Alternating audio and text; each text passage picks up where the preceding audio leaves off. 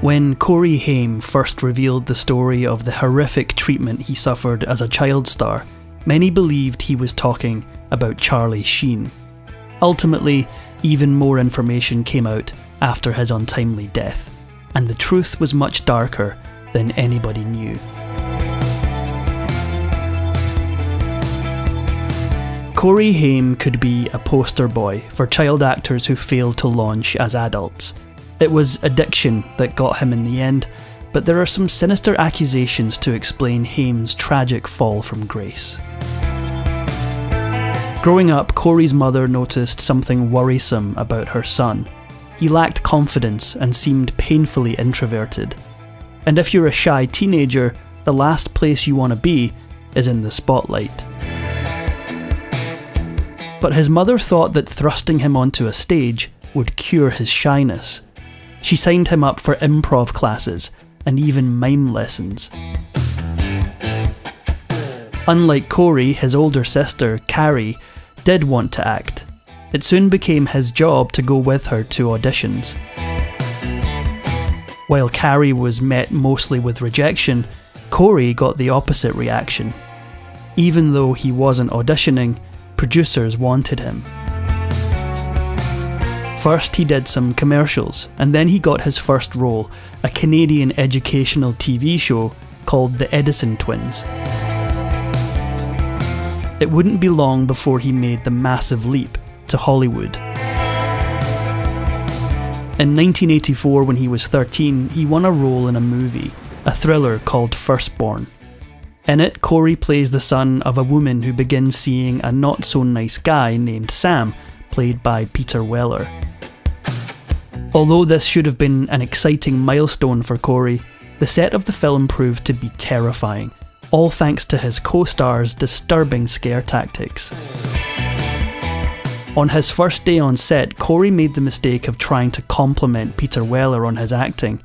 Weller, who played the boy's violent stepfather, grabbed the barely teenage Corey, threw him against a wall, and demanded that he never speak to him again on set. Weller later blamed his behaviour on his method acting, but Corey found it hard to recover from the ordeal. Even though his parents divorced in 1982, Corey was still hurting. At a crew party for the movie, he watched as his parents danced, but not with each other. On seeing his parents with other partners, he burst into tears. After a handful of small roles, Corey finally got a lead part in 1985's Silver Bullet. Then he won a Young Artist Award for his performance in the TV movie A Time to Live with Liza Minnelli.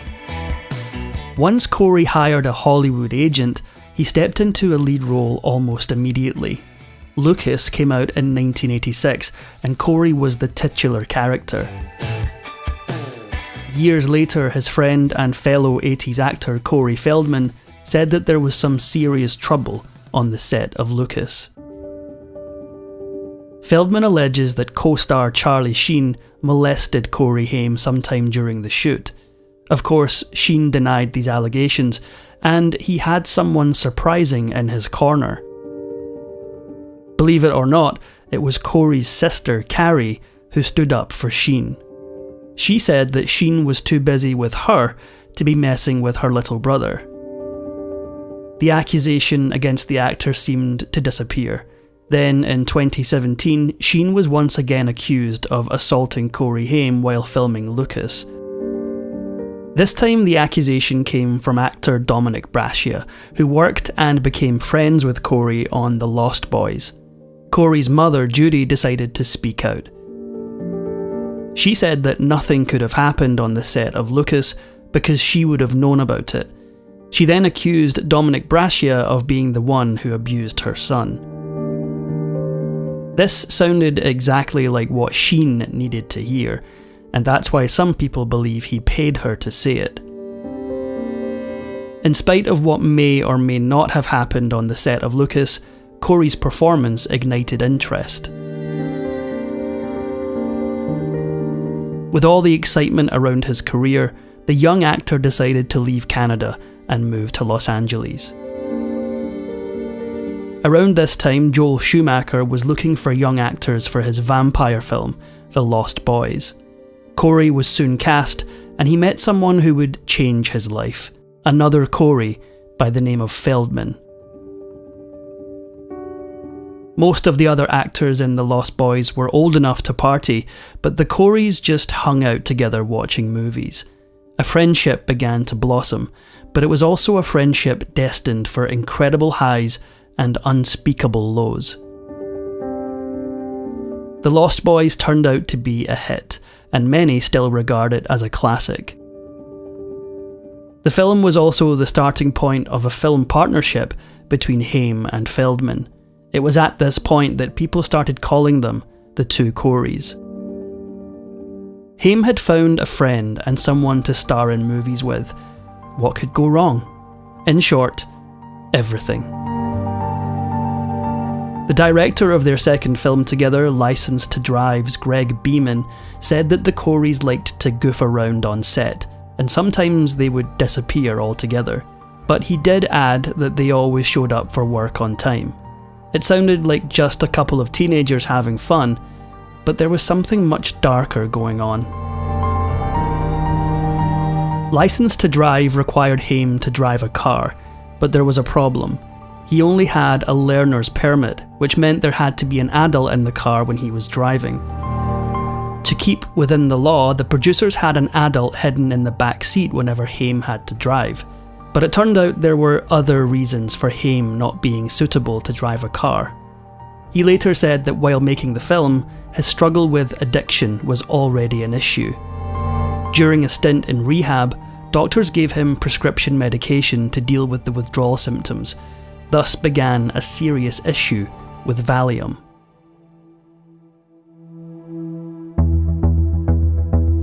The young actor began popping up to 85 pills a day. Fans were starting to notice that Haim had a drug problem, and this had an effect on his movies, as in, nobody wanted to see them. After losing a good portion of his fanbase, Haim started to make direct-to-video films. In one of them, his co-star was his girlfriend Nicole Eggert of Baywatch fame. Her days were spent on set, but her nights were spent doing something entirely different. She and Haim spent most nights in the ER dealing with his addiction. The two did eventually get engaged, but broke up before tying the knot.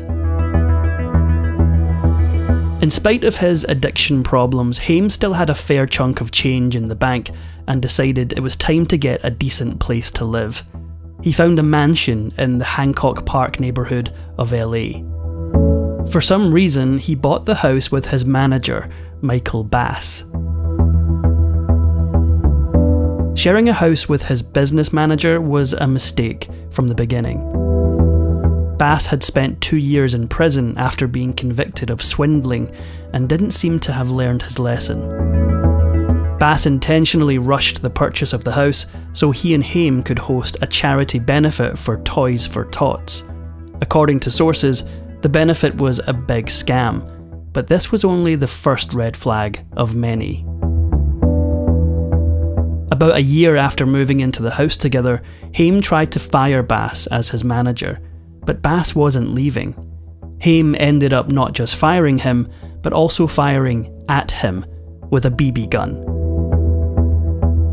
Bass went to the authorities and Haim ended up behind bars.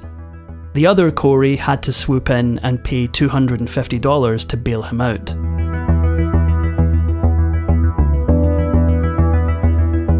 A year after this episode, Haim's friend Corey Feldman defended Michael Jackson as he faced disturbing allegations in court.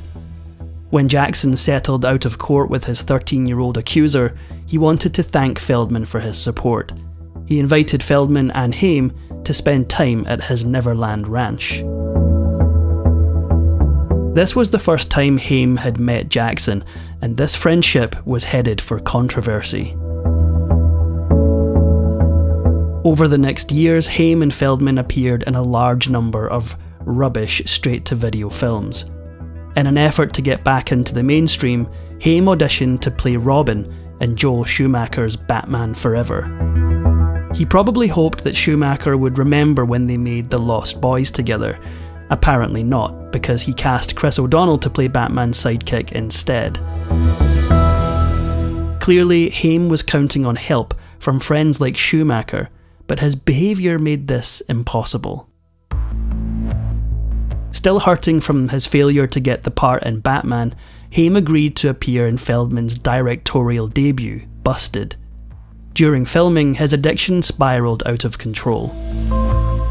Even though the film was a silly, low-budget comedy, Feldman took it seriously. He realised that he couldn't have a lead actor who was frequently absent and even occasionally high on set. Feldman had to fire his best friend.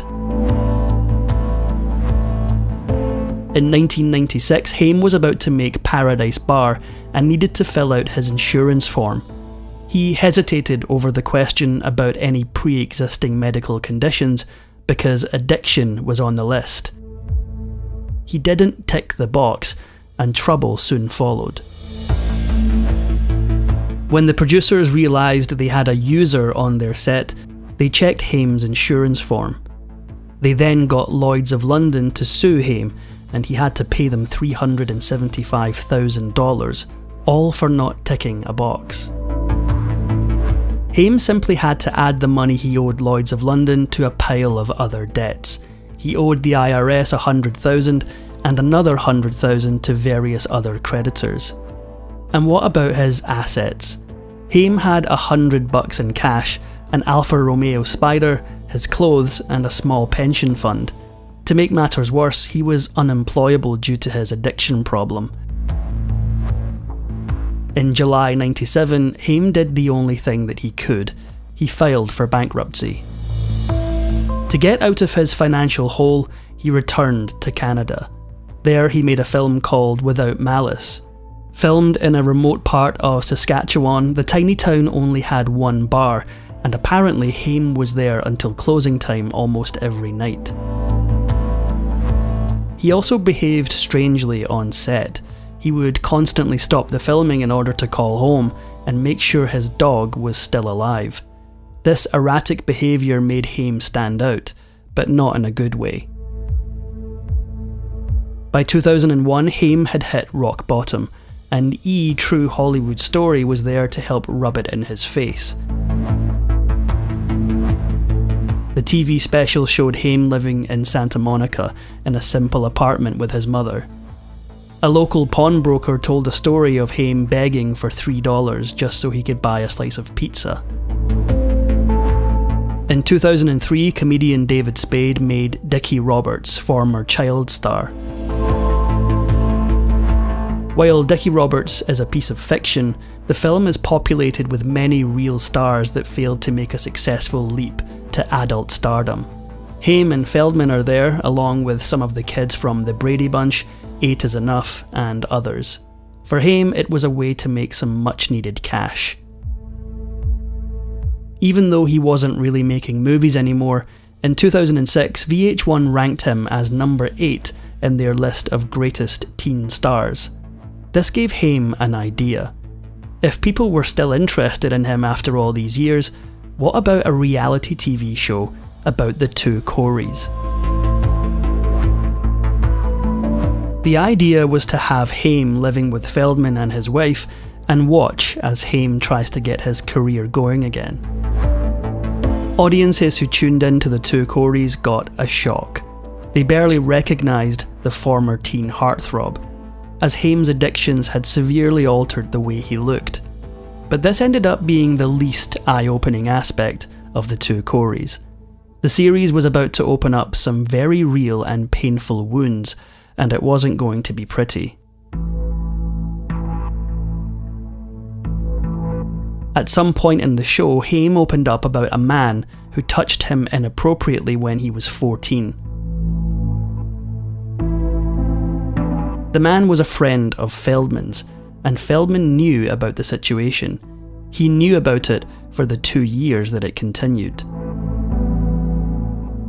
After this startling disclosure, the camaraderie between Haim and Feldman disappeared, and the two actors took a hiatus from the two Coreys. Winning a Canadian Gemini Award for his work on the show didn't help Haim economically, so he fell back on his last resort. He attempted to sell tufts of his own hair, and even a tooth, in order to make money. The failing actor needed something to hope for, so he must have felt pretty excited when he heard they were making a sequel to The Lost Boys. Surely he wouldn't even have to audition. After all, he was an original Lost Boy. When Haim asked the producers when they wanted him on set, their reaction devastated him. There was no role for him in the Lost Boys sequel. The producers did offer him a cameo, but Haim showed up on the set impaired, and they sent him home. This apparently served as a wake-up call, and Haim resolved to do better. Against all odds, Haim did actually become a busy actor once again. When the third installment of the Lost Boys franchise came calling, Haim said he didn't have time to participate. He was busy with films like Shark City, Crank High Voltage, American Sunset, and Decisions. Haim was now asking for a clean set in order to avoid temptations, and it seemed to be working. Early in 2010, Haim became ill and complained of having flu-like symptoms. A doctor made a house call and concluded that there was nothing to worry about, he just had the flu. A few days after the doctor's visit, Haim got out of bed but fell directly onto his knees. When his mother found him, he was unconscious. She immediately called for help, and paramedics rushed him to the hospital. In the early hours of the next day, 38-year-old Corey Haim was dead. The doctors called it an accidental overdose. It turned out that Haim had used false names to get prescriptions for medication. It's no surprise doctors assumed it was his misuse of these drugs that caused his death. But the official cause was said to be damage to his lungs and pneumonia. Sadly, Haim's mother didn't have the money for a funeral. Fortunately, the city of Toronto had a fund for destitute cases. In addition to this, a memorabilia site where Haim had sold some personal items stepped up to help pay. In the end, however, it was the funeral home itself that paid to lay Haim to rest. Once it was over, the tragic question arose: what had happened to Corey Haim?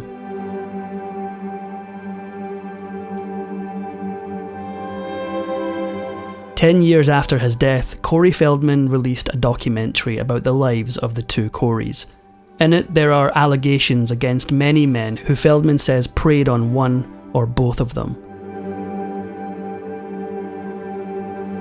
Feldman also claims that there is a group called Wolfpack that works on discrediting victims like Haim and himself. While many people find Feldman's accusations far-fetched, others believe that something sinister happened to Haim and Feldman. Feldman says that his visit to Michael Jackson's Neverland Ranch with Haim consisted mostly of go-kart rides and watching movies. Years later, something more disquieting rose to the surface.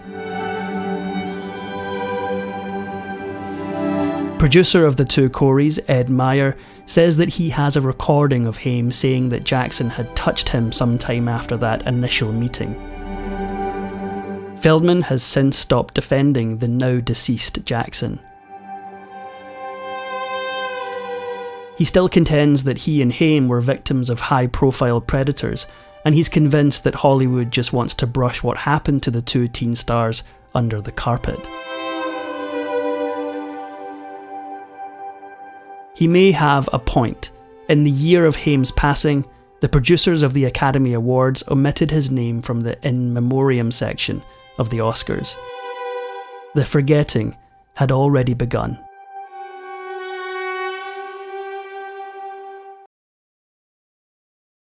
As then owner Johnny Depp was performing at the Viper Room in 1993, news began to travel through the crowd. River Phoenix had collapsed just outside the venue. He was there with his girlfriend Samantha Mathis, and she recently broke her silence on the details of that heartbreaking night. River Phoenix was born in 1970 in Oregon.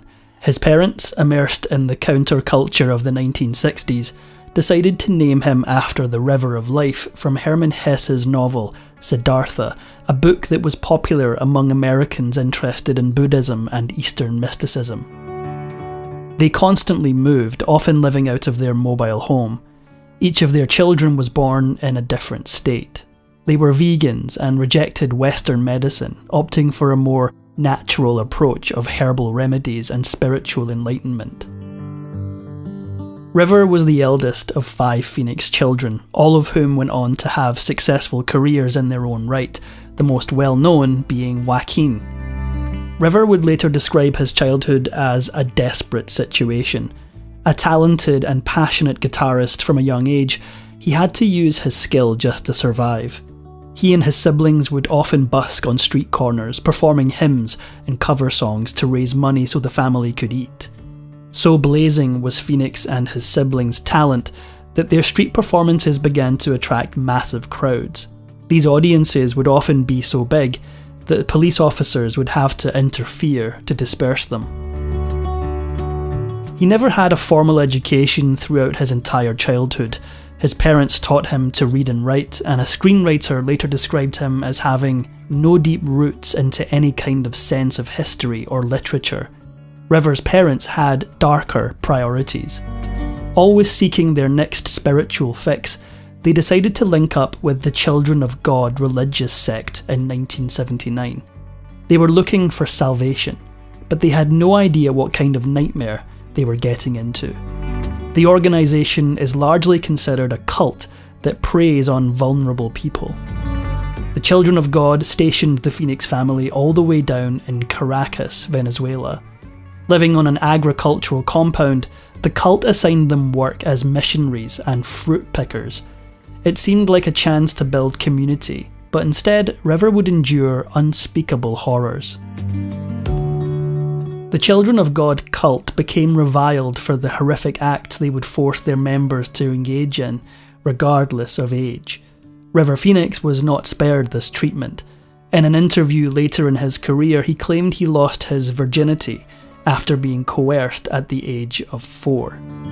Thankfully, his parents grew disillusioned with the Children of God and in 1977 decided to move back to the United States. In LA, his mother got a job as a secretary at NBC. The Phoenix siblings were discovered singing near their mother's workplace by a talent agent who was so charmed by the family that she immediately signed them all. River was the clear standout. He clearly oozed charm, talent, and charisma, and his career quickly took off at the age of 10. By the end of his first year working alone, he had appeared in commercials for Mitsubishi, Ocean Spray, and Saks Fifth Avenue. By 1980, River had fully committed to pursuing an acting career. He began to go to auditions, and he stood out. Along with his musical and acting abilities, he had other skills too. Corey Feldman, who often ran into him at auditions at this time, claimed that they became friendly rivals. He also revealed that River was a talented tap dancer, but it was in his acting roles where he really stood out. In 1984, he was cast in an after-school special entitled The Riddle of Dyslexia. His brother Joaquin also starred in a small role alongside him. Having suffered from dyslexia his entire life, River completely embodied the role. His lived experience may have inspired the subsequent reaction. His performance received much attention, and the resulting praise launched his career into the stratosphere. River's big-time breakout role was in the 1986 movie Stand By Me. Based on a Stephen King story, the young actor's performance received critical acclaim, and overnight, he found himself one of the biggest names in entertainment at the age of just 16. But already, showbiz was taking its toll on him. If you had to pick one scene from Phoenix's acting career that stood out the most, Many would likely pick the scene in Stand By Me where his character finally opens up to his best friend and has an emotional breakdown. When filming the scene, he was urged by director Rob Reiner to go into his own memories and channel his feelings of betrayal by adults in his life. Knowing his past, it's hard not to imagine how hard it was for him to go through that on set. In the end, he not only knocked the scene out of the park, but he was unable to stop crying after the scene was cut and needed emotional assistance while on the set. Perhaps this pain was what fueled his talent. His next big role came later that year when he starred alongside Harrison Ford and Helen Mirren in The Mosquito Coast. The director, Peter Weir, made no secret of how much Phoenix's performance blew him away. Looking back on the filming process years later, Weir commented on how he felt River was an obvious candidate for stardom, claiming he had something apart from acting ability.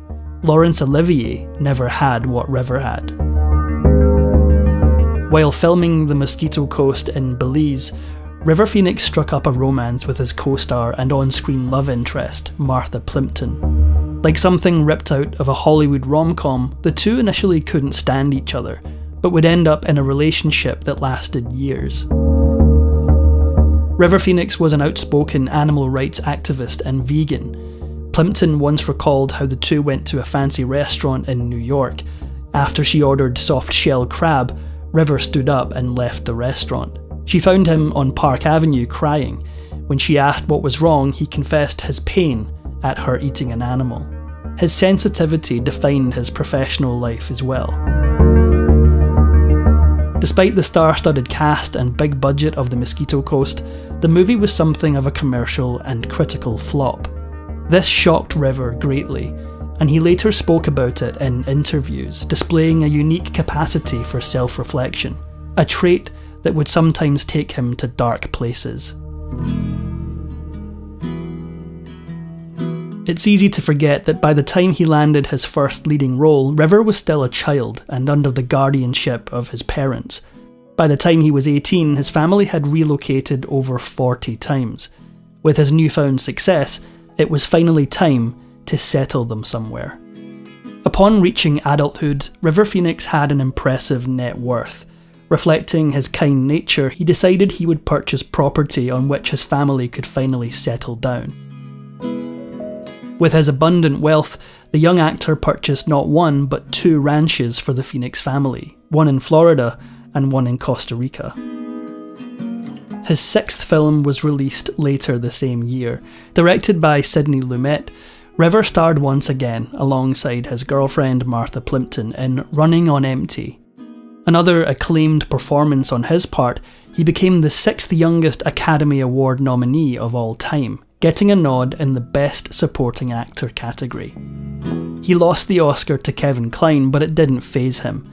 With trademark humility, he jumped to his feet in happiness when they announced Kline's win. River's next acclaimed role was in the 1991 indie film Dogfight, but his sensitivity got to him again. Starring as a US Marine with actress Lily Taylor, she later commented on the effects the role had on him because the character was so radically different, saying that it caused him a lot of discomfort. Phoenix seemed more at ease in progressive roles. 91 was a prolific year, and he starred in yet another critically acclaimed role alongside Keanu Reeves in My Own Private Idaho. His performance as a gay hustler received a lot of attention, with many praising the sensitivity, poignancy, and humour of his portrayal. For this role, River is partly credited with bringing queer cinema into the mainstream. But during filming, his life began to shift as well. By the time of filming My Own Private Idaho, River had begun to casually experiment with illicit substances. Soon, speculation began within Hollywood circles about the extent of the young actor's use, including stories that he would show up high to set. However, others like Idaho director Gus Van Sant disputed this, claiming he never saw Phoenix engage in such behaviour. Regardless, his struggles with addiction had begun, and it would cost him his closest relationship. Martha Plimpton alleges that Phoenix's substance issues got out of hand pretty quickly. In a painful account of her high school sweetheart's exit from her life, she recounted how much his use pained her and how she would beg him to stop, often leading to massive arguments. She ended the relationship when she realised that, in her words, he had to change himself and he didn't want to yet. Still, River's career marched on. Having briefly played a young Indy in Indiana Jones and the Last Crusade, George Lucas asked him to reprise the role in the Young Indiana Jones Chronicles, a prequel spin-off. River politely refused, seeing TV work as a step down from the movies. It was the career move of a confident actor. But acting wasn't what got him out of bed in the morning. Close friends and family revealed that his true artistic passion was music. Indeed, he even stated in an interview that his early busking with his siblings was not only to make money, but to pursue a career in the music industry. Phoenix was an accomplished singer, songwriter and guitarist, and he began to play local concerts in LA after gaining notoriety as an actor. As demonstrated by his fanatic veganism, River Phoenix was also a passionate advocate for animal rights and environmental protection.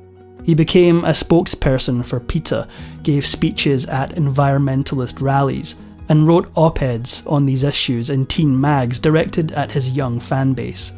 He even used his income for good, purchasing 800 acres of rainforest in Costa Rica for preservation. Despite his public activism, he was hurting behind the scenes. He continued to struggle with substance issues, especially alcohol, according to his friends. But he kept his habits under wraps from all but his closest confidants, fearing it may hurt his career and image as a poster boy for clean living. He successfully maintained this public persona until one fateful night that would change everything. In late October 1993, River holed up with his friend Red Hot Chili Peppers guitarist John Frusciante. The two proceeded to embark on a multi-day binge, consuming a variety of illicit substances and neglecting sleep entirely. It was the pre-game to a night of music and debauchery that would leave emotional scars on everyone present. Frusciante and Phoenix were scheduled to perform a concert at the Viper Room on October 30th, 1993. The venue was partly owned by fellow actor Johnny Depp. He, Phoenix, Frusciante and a plethora of other big names were set to play a gig as a supergroup to ring in Halloween. Phoenix showed up with his brother Joaquin and girlfriend Samantha Mathis in tow. At one point in the night, River alerted friend and musician Bob Forrest that he wasn't feeling well and that he thought he might be overdosing. Forrest expressed doubts as Phoenix was standing up fine and talking, but offered to take him home anyway. Phoenix declined, saying he was feeling better despite his plea mere seconds earlier. In an interview years later, Mathis revealed the dark truth about that night. At the time, she had thought Phoenix was sober. His state that night was a complete shock to her, and she recalled that he was high in a way that made her feel uncomfortable. She recalls that she saw Phoenix getting into an argument with the club's bouncers. He had apparently gotten into an altercation with another man, and the venue's security were trying to kick both of them out. Upon leaving the club, he collapsed on the pavement outside. He immediately began writhing on the ground outside the Viper Room, having convulsions. The gathering crowd had a tough time determining whether he was breathing. His sister, Rain, also present, began to give River mouth-to-mouth, while his brother Joaquin called 911. Sorry, it's my brother. Please come here. How old is he? He's 23, so there's no one else around. Okay. I'm fine. I think he had Valium or something. I don't know.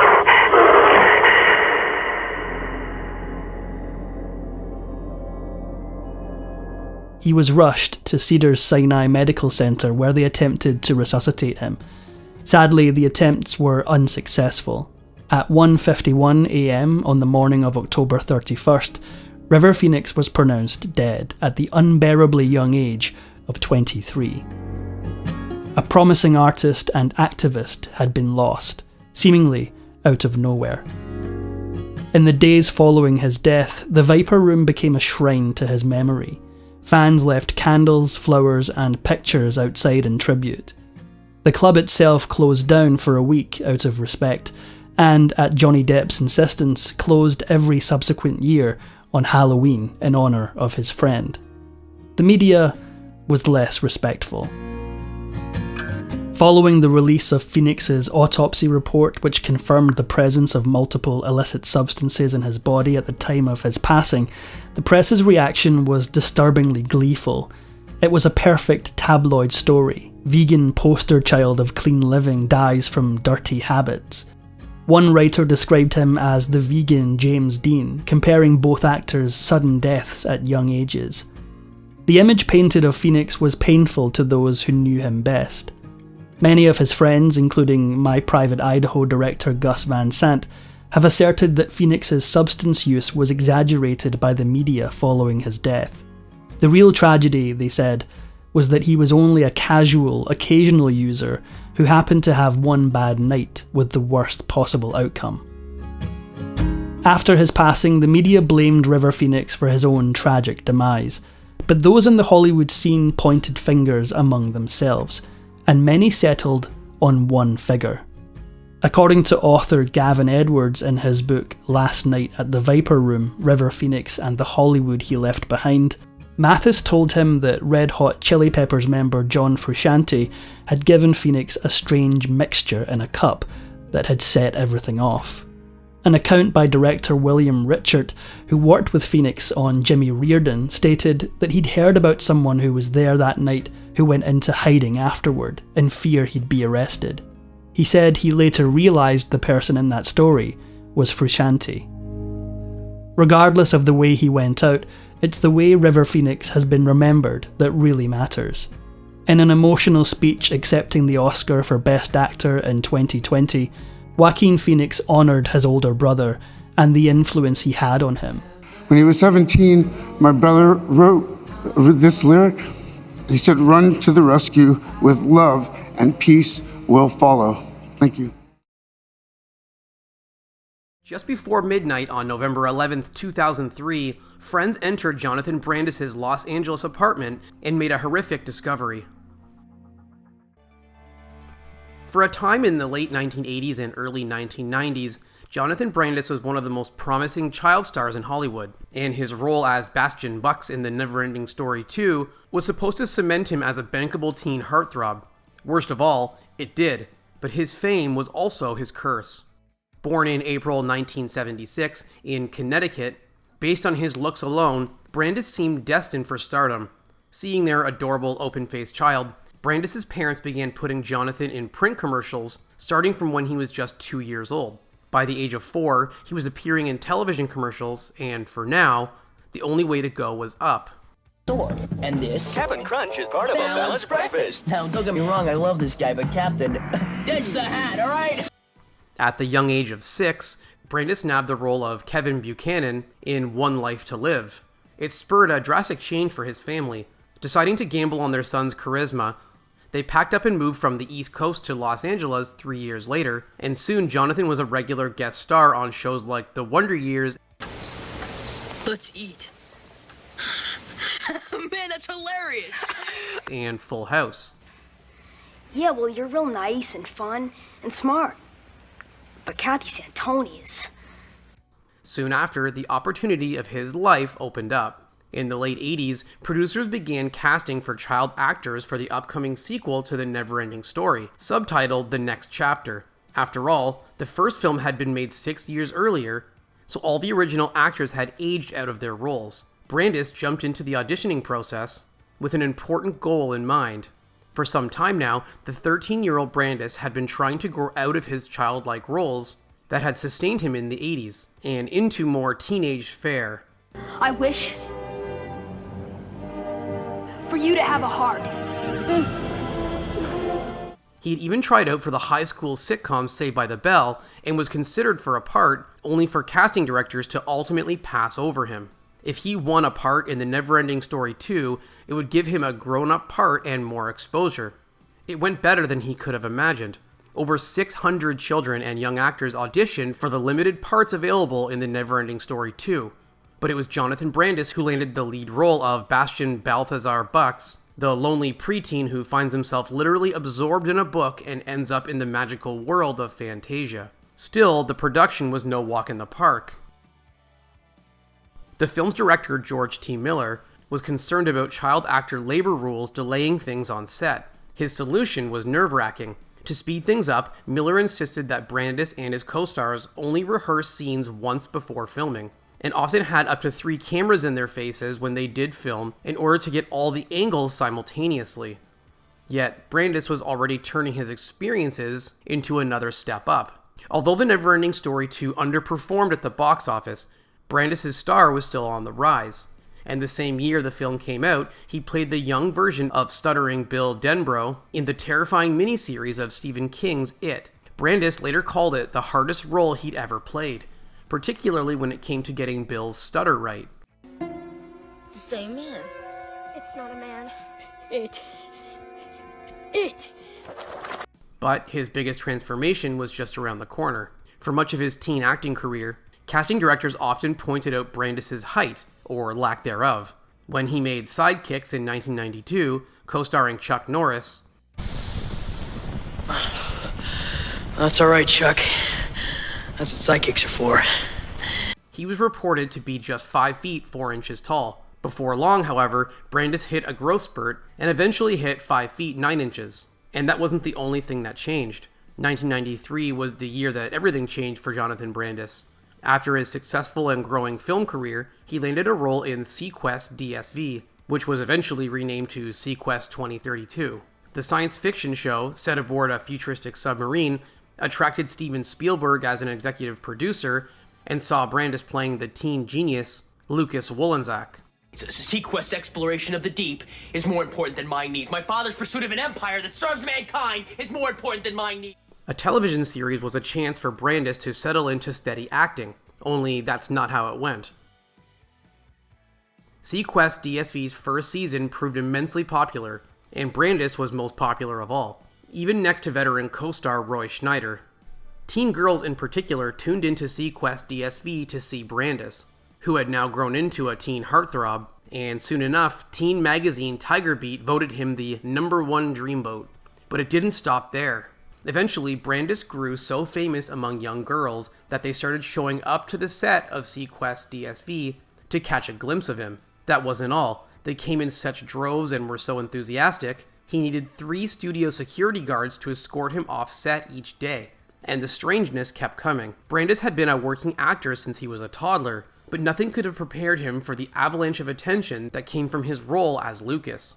In addition to the crowds gathering everywhere he went and the interviews in teen magazines, he also got up to 4,000 fan mail letters per week, but it all took a toll on him.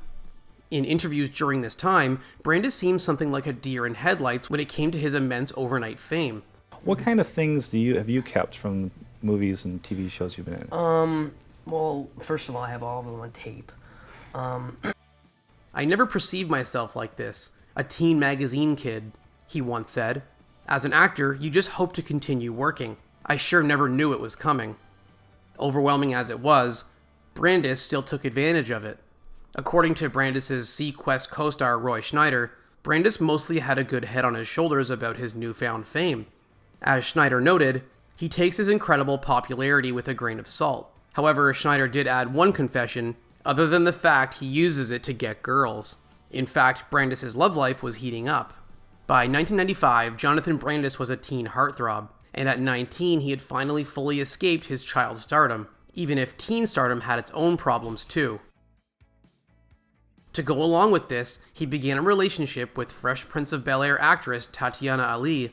My family and friends want to give you some thanks, so before this dinner's all swallowed and chewed, thank you God for this stupid food. Though their relationship had its ups and downs from the start. When Tatiana and Jonathan first met at a friend's Halloween party in 1993, she was only 14 years old, while he was 17.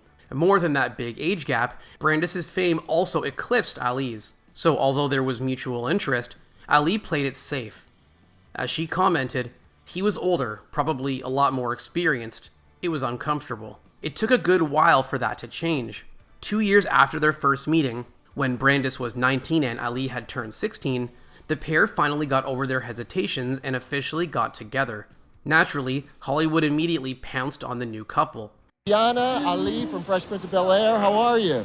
How Welcome. You doing? Come on, now this is the first opportunity I've had to talk to the girls. There you go. And they became pop culture royalty, heightening both their profiles at once. This wasn't a good thing.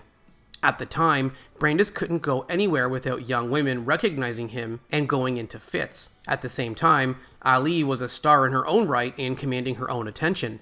As Brandis complained in a 1996 interview with People, "We go to a club, and 9 times out of 10, there's a guy hitting on her." It was a lot of pressure on the young stars, and more stress was to come. Brandis had made his name on seaQuest, but the show itself was a disaster behind the scenes. Although the first season was incredibly popular and turned him into a star, by the pilot episode, 2 executive producers had already quit, and there was rumors the cast, the studio, NBC, and the remaining producers were at odds. But when it came to workplace drama, Brandis hadn't seen anything yet.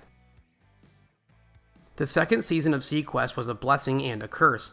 A blessing because there was a second season, and a curse because the production issues continued, especially after NBC decided to rejig the show's format and relocate from Los Angeles to Orlando. Suddenly, Brandis' livelihood and home was up in the air.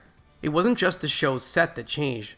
The studio also shuffled up cast members left, right, and center, pushing 2 actors out of their roles completely. It got worse. 2 other cast members left on their own accord, citing not only the move to Orlando, but also the same cast and production tensions that had already plagued the first season. Brandis, though, got lucky. One of the reasons NBC wanted to rejig the show was actually because of Brandis. Thanks to his immense success following season 1 of seaQuest, they wanted season 2 to star an even younger cast, and were likely hoping to draw in an even bigger portion of the teen audience. And Lucas, am I sorry, but we have got to go. Yeah, go on. Here, come to see me, okay? Unlike many of his castmates, Brandis got to keep his job throughout the chaos. He also got something else entirely. seaQuest wasn't a steady place for Brandis to work, but it did push him to new heights in his career.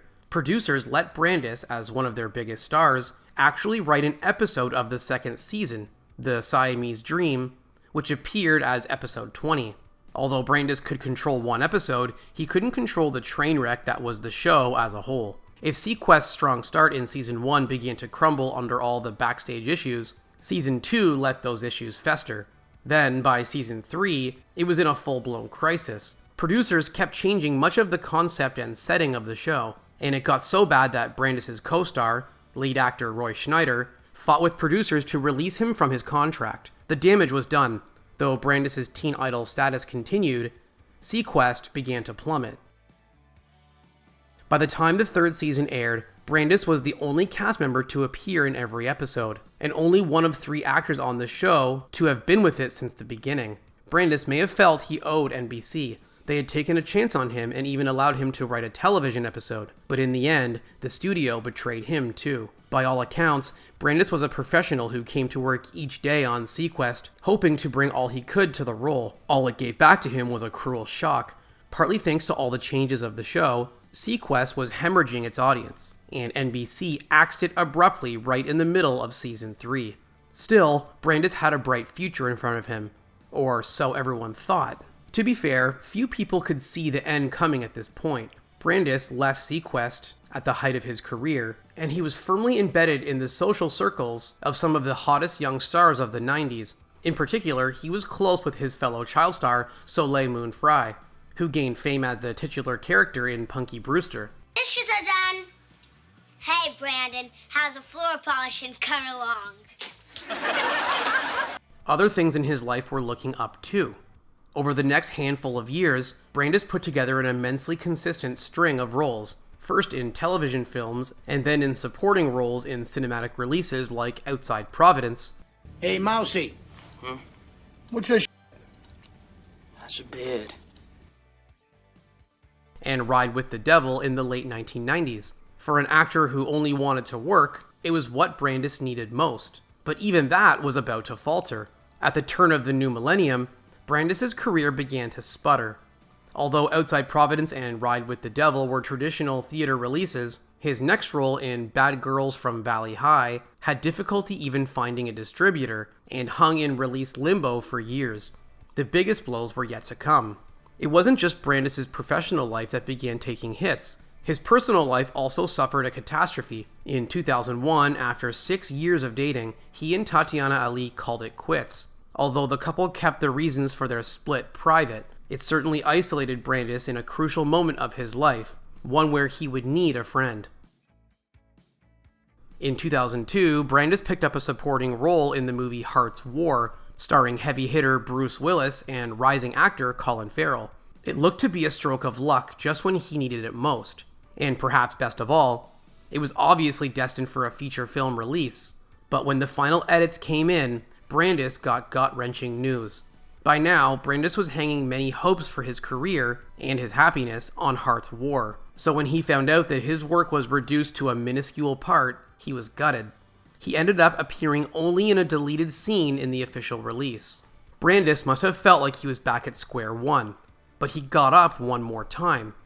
In 2003, Brandis threw his hat in the television ring once more when he won a part in 111 Gramercy Park, a show starring legends like Tippi Hedren and Jaleel White, best known as Family Matters' Steve Urkel. This show followed a group of maintenance and cleaning staff at a luxury apartment complex. With the role secured, now all Brandis had to do was film the pilot and hope it got picked up, but his hardships were already taking their toll. Brandis' Gramercy Park co-star Jaleel White later described the actor's state of mind during the filming of the pilot. His revelations were heartbreaking.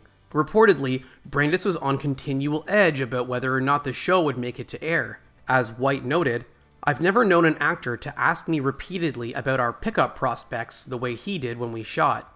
Tragically, it was all for nothing. In the end, a network never picked up 111 Gramercy Park, and Brandis once again felt untethered from the entertainment world, the world that had been the only reality he'd ever known. With Bad Girls from Valley High still in production purgatory and few offers coming through to him, Brandis began truly spiraling. Even around the loss of Gramercy Park, perhaps around the whittling of his role in Heart's War, Brandis responded to his failures in destructive ways. According to those closest to him, he began drinking heavily, and these habits only fueled the sinking depression and loneliness he was already feeling. It all led to one breathtaking confession. Friends report that around this time, when Brandis was obviously at his lowest, he told multiple people that he was struggling with his outlook on life. For those who knew how polite and easygoing he was, this seemed almost unbelievable, even with the pressure he was facing in his career and personal life. Besides, he had one more bright spot coming up. Despite his private demons, Brandis was still marching on in his career, and in 2003 he got a part, a meaty one this time, as a CIA hitman in Puerto Vallarta Squeeze, alongside veteran actor Harvey Keitel. He packed away his issues for the work, and reports from the set were that he was once more a total professional. Even Keitel took note. Harvey Keitel was incredibly impressed watching his young co-star work. According to a producer on the film, Robert Katz, Keitel couldn't help noting to him on multiple occasions, "This kid is good." Even in the editing room, Katz admitted that everyone was saying, "This guy's going to have a big career." If only Brandis believed that himself. By November 2003, Puerto Vallarta Squeeze had already wrapped, and Brandis should have been hoping for all the opportunities it would bring him. There was just one problem. He had been here before, with all these hopes, only to have them smashed. Apparently, it was all too much for him. His next act was a true tragedy. Just before midnight on November 11th, 2003, friends entered Jonathan Brandis' Los Angeles apartment and made a horrific discovery. They found him deceased in the hallway. Panicked and upset, they called 911, and medical responders rushed Brandis to the hospital to save his life. But it was too late. Brandis may have clung feebly to his life that night, but by the next day, doctors announced that he had passed at the age of 27. The shockwaves were immense. His Puerto Vallarta Squeeze producer, Robert Katz, said his first response was, "No, no, no, wrong guy." While 111 Gramercy Park co-star Jaleel White said, "I stared at my computer screen, tears rolling down my face." They weren't the only ones. Brandis' ex, Tatiana Ali, reacted to his death differently than White or Katz. After some time had passed, she reportedly admitted she was angry with him initially, perhaps an understandable first reaction when they had only broken up a couple years before, and after a long relationship. One friend, however, struggled with intense guilt. Brandis's old friend Soleil Moon Frye confessed that she had some elements of guilt about not properly seeing what he was going through and not reaching out to him when she had the chance to actually really hear what someone was saying. But in the end, she did give a beautiful tribute to her lost friend. In 2021, Soleil Moon Frye created the documentary Kid 90, which contained footage of the extensive home videos she took from her years in Hollywood in the 90s. Brandis appeared frequently in this footage, and the documentary gave his memory new life. Even so, this didn't erase the pain of his loss for his family, or their suspicions around his death. The same year that Kid 90 came out, Brandis's father Greg finally spoke about his son's death. Surprisingly, despite Jonathan's struggle with the validity of fame in his career, Greg Brandis explicitly said his son's passing wasn't due to the entertainment industry. The culprit he pointed to was the biggest bombshell of all.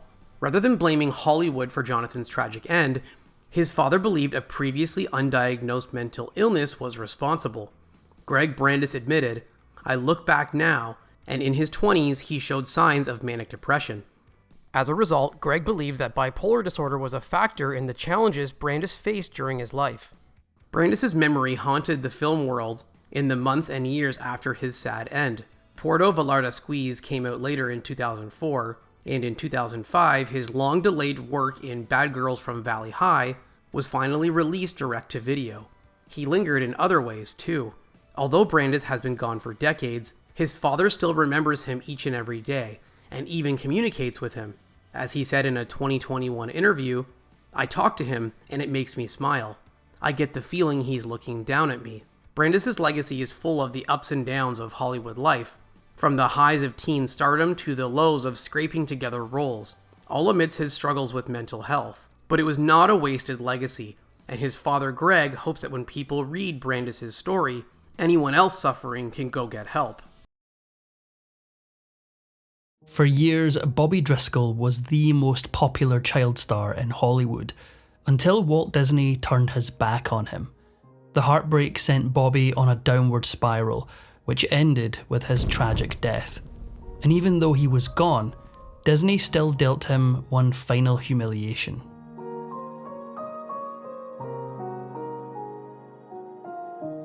Bobby Driscoll was born in 1937 and by all accounts had a normal upbringing. He stumbled into acting purely by chance, and it was all thanks to a fateful encounter. 5-year-old Bobby was getting a haircut when the barber remarked to his parents that he should be in the movies. The barber then connected them to his son, who was an actor himself. After taking one look at Bobby's adorable face, the barber's son got him an acting agent. His new agent soon found him the perfect part in an upcoming MGM film called Lost Angel. The part was a tiny one with a grand total of 2 minutes of screen time. Bobby won the role despite fierce competition, and other studios immediately saw his potential. In 1944, 20th Century Fox offered Bobby a role in their World War II drama, The Fighting Sullivans. He portrayed a young version of Al Sullivan, one of 5 close-knit brothers growing up in Iowa during the dark days of the Great Depression. Audiences warmly received Bobby, leading to even more film roles for the 7-year-old actor. From 1944 to 1946, he found work in films that needed a cute, gifted little boy. While those roles got his acting career rolling, it was his next role that took Bobby's career to the next level. After 3 years of taking on minor roles, he got the chance of a lifetime when he caught the eye of Walt Disney. Disney placed him under contract, making Bobby one of the first actors to ever be placed under a contract at Disney.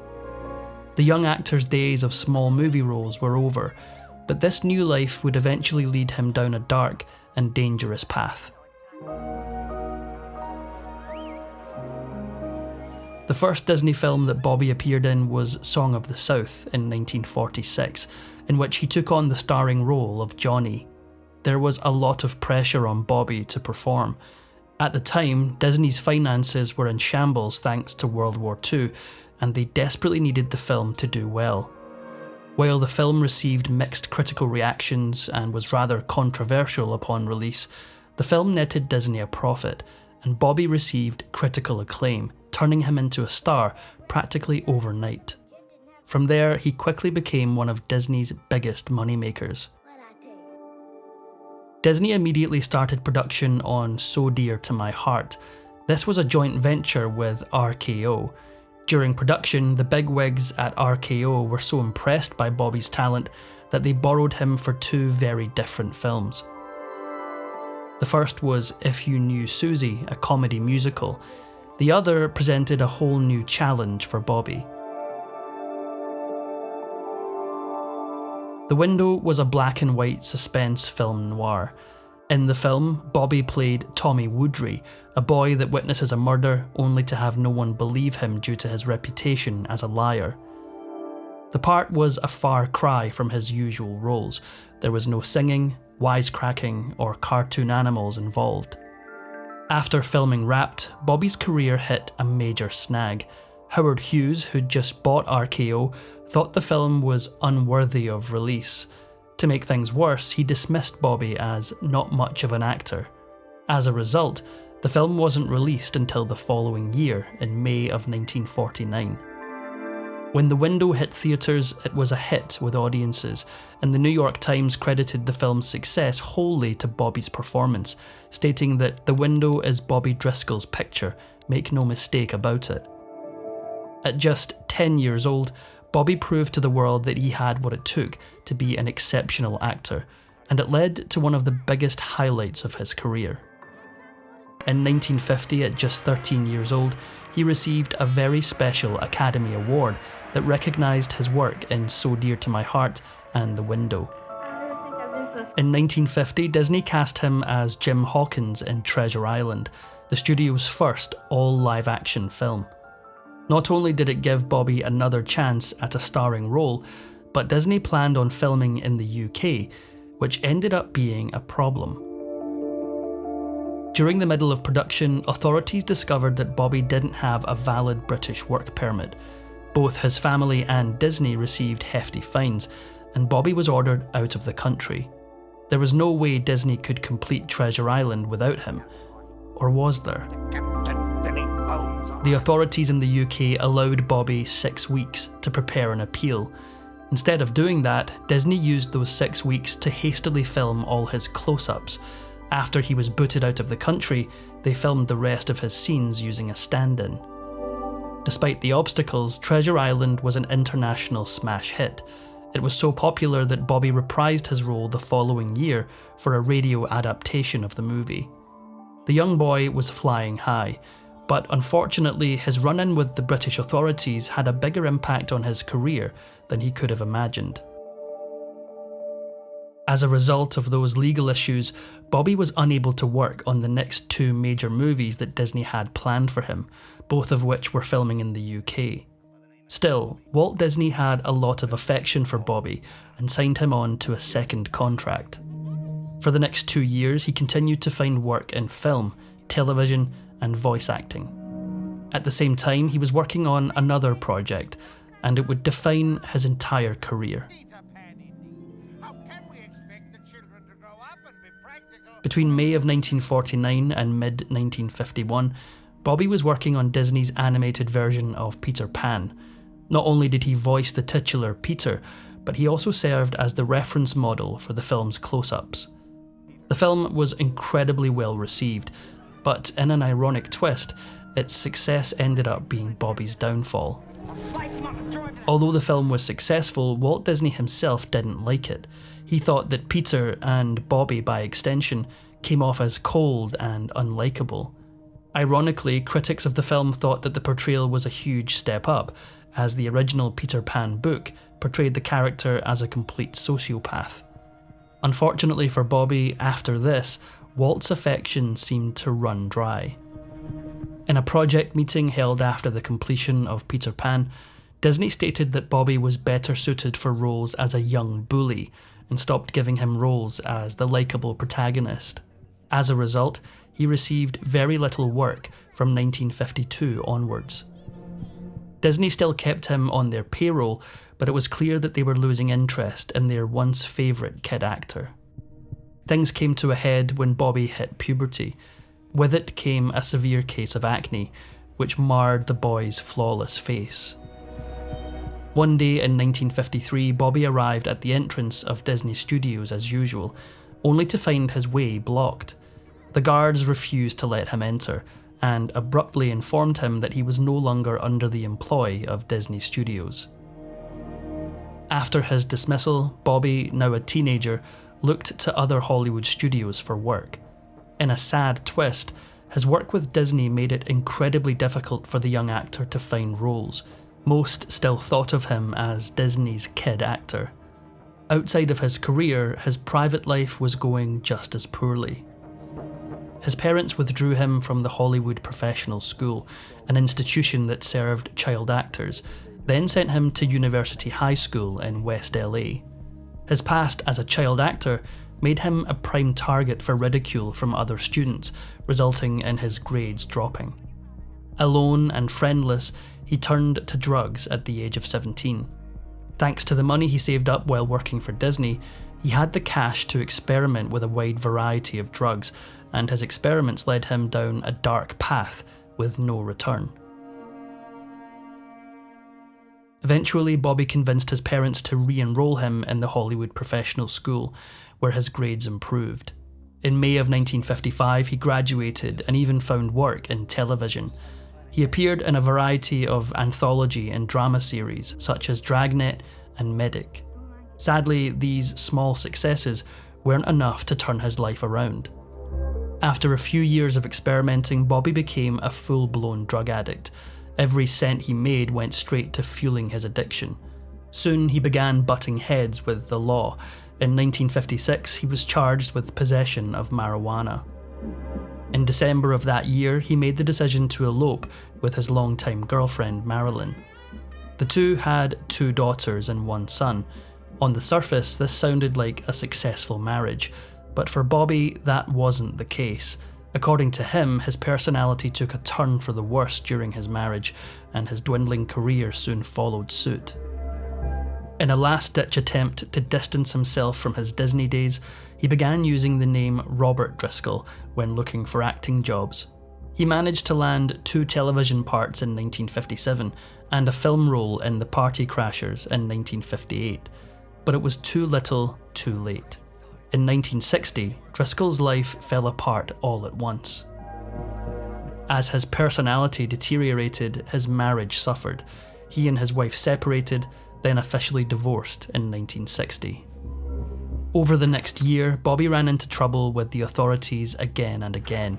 They took him in for drug possession, battery, burglary, and more. It was clear that his drug addiction was destroying his life, and in 1961, everything came to a head when authorities sent him to a narcotic rehabilitation centre. By early 1962, his prison sentence ended, but it destroyed his chances of becoming an actor ever again. For a short time, Bobby did everything he could to rehabilitate his image. He briefly worked as a carpenter and cared for his young children. In 1965, a year after his parole expired, he made the decision to relocate to New York City, planning on starting life over. There, he attempted to revive his career on the stage. He had the acting chops and the singing talent, but his Broadway career was largely unsuccessful. Instead, Bobby found a place beside an extremely eccentric individual. Warhol welcomed Bobby with open arms, but his reasons for doing so may have been sinister. Bobby found work as an artist in The Factory, Andy Warhol's New York City art studio. According to one Hollywood biographer, Warhol loved having Bobby Driscoll as part of his scene. In particular, he loved the idea of having a bitter ex-Hollywood actor as part of his crew. Whatever Warhol's reasons were, Bobby produced some outstanding pieces of art while working at The Factory, and for a short while, his life took a positive turn. Critics praised his work, with some of his art even being temporarily displayed in Los Angeles in the Santa Monica Museum of Art. He even got a chance to act one last time in the movie Dirt, an experimental film directed by Piero Helixer. Bobby's moment of peace was painfully brief. In 1968, his heavy drug use caught up with him. On March 30th, two boys playing in a deserted East Village apartment stumbled upon a gruesome discovery: the body of Bobby Driscoll in a cot, with two empty beer bottles nearby, surrounded by religious pamphlets. An examination revealed that he died from heart failure directly related to his drug usage. Tragically, there was no one to identify his body. Police showed photos of him to people living in the neighbourhood, but no one had any idea who he was. As a result, the city buried Bobby Driscoll in an unmarked pauper's grave on Hart Island. Over a year later, in 1969, Bobby's mother attempted to find her son to reunite him with his dying father. After contacting Disney, she was eventually led to the NYPD and found out the harrowing news about her son's death. In 1972, Disney re-released Song of the South, which reignited public interest in Bobby Driscoll, the smiling little boy in the film that brought Disney back from the verge of bankruptcy. Only then did news of his death finally go public. Although he did much to bolster Disney during a time of crisis, he's still, to this day, not part of Disney Legends, the Disney equivalent of a Hall of Fame. Even worse, Disney distanced itself from Song of the South and Peter Pan to a lesser extent, both films in which Driscoll played a pivotal role. The exact spot where the city buried Bobby remains a mystery. His burial records, along with many others, were destroyed in a fire. All that's known is that his body is somewhere in the northern part of Hart Island, surrounded by deer, red raccoons, and a bird sanctuary. Brad Renfro moved in with friends in an effort to stay sober, but ended up drinking with them the night of January 14, 2008. When they went to wake him up the next morning, they made a chilling discovery. In the 90s, Brad Renfro was one of Hollywood's brightest young talents, gifted enough to be the next Leonardo DiCaprio, but troubled enough to rival Robert Downey Jr.'s wilder years. No matter how wise beyond his years he appeared, he was still just a kid trying to navigate Hollywood's dark underbelly without a single stable parent to guide him. Brad Renfro was born on July 25, 1982 in Knoxville, Tennessee. His parents split up when he was 5, and young Brad went to live with his grandmother in her trailer. His troubles with substances, both legal and illegal, started alarmingly early, and he never shied away from admitting it. In interviews, he openly talked about experimenting as early as age 9. Sadly, this quickly became one of his favorite pastimes. To understand Renfro's deep entanglement with drugs and alcohol, you have to go back to the very start. One source claimed his mother enabled his behavior, doing nothing to stop him from going down such a destructive path. Renfro was clearly no Nepo baby. In fact, the way Hollywood found him was almost unbelievable.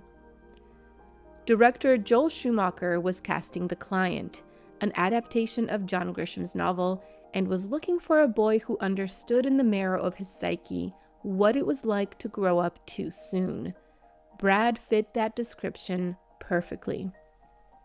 Schumacher wasn't after a squeaky clean Disney kid. He wanted an endearing, mischievous boy, and even had casting agents check with local law enforcement to help him cast the part. That's when fate and trouble found little Brad. Renfro's DARE officer heard about the casting call and immediately thought of him, proving that sometimes it pays to stand out. Unfortunately, Brad took that philosophy way too far. When casting agents met him, they knew they'd found someone special. They flew him and his grandmother to California, where he beat out 5,000 other kids in a screen test. A manager was quickly assigned to him, later remarking he was just obviously screaming for someone to establish some kind of boundaries. Sadly, those screams went unanswered. Schumacher took a massive gamble casting an untrained kid in The Client, but Renfro was unnatural. He memorized his lines with ease and held his own alongside Susan Sarandon and Tommy Lee Jones. Offset, his grandmother was tasked with keeping him in line, a tall order for anyone.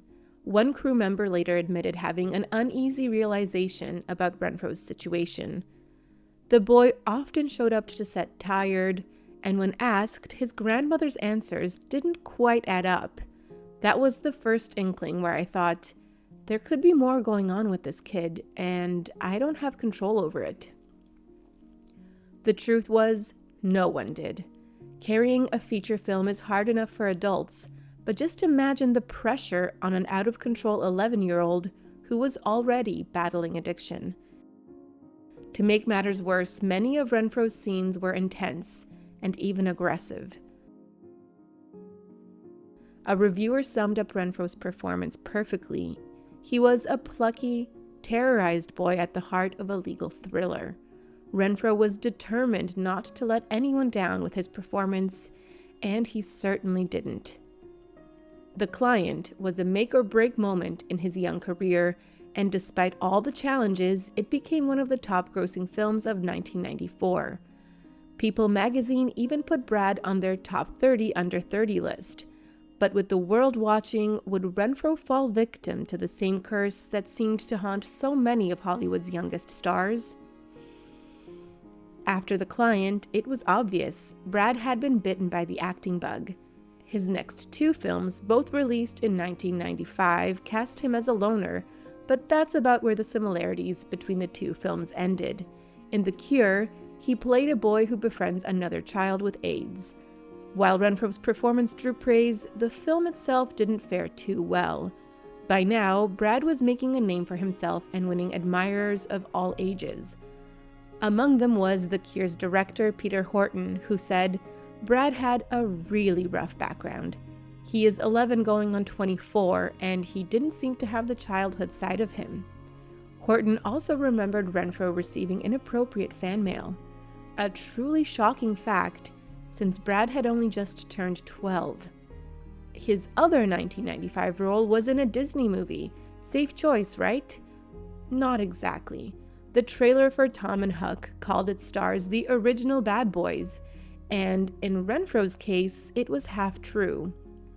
During his audition for Huck Finn, 12-year-old Brad grabbed a real axe and started chasing a casting assistant with it. Amazingly, he still got the part. His wild adventure as Huck had only just begun. Hollywood would bend over backwards for actors with genuine star power, and Renfro had that indescribable it factor.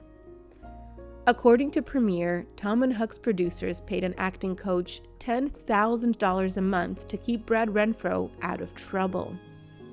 Unfortunately, like his grandmother before him, the coach couldn't rein in the boy's problematic behavior or keep his adoring fans out of his trailer. Yes, substances weren't Renfro's only temptation. Production designer Janet Jackson later admitted that when she learned Brad was only 13 at the time, she realized just how dangerous his situation was. To make matters worse, she claimed he even had a girlfriend years older than him at the time. It seems like that acting coach didn't live up to his end of the bargain. Hollywood stars easily find trouble if they want to, especially after a long day on set.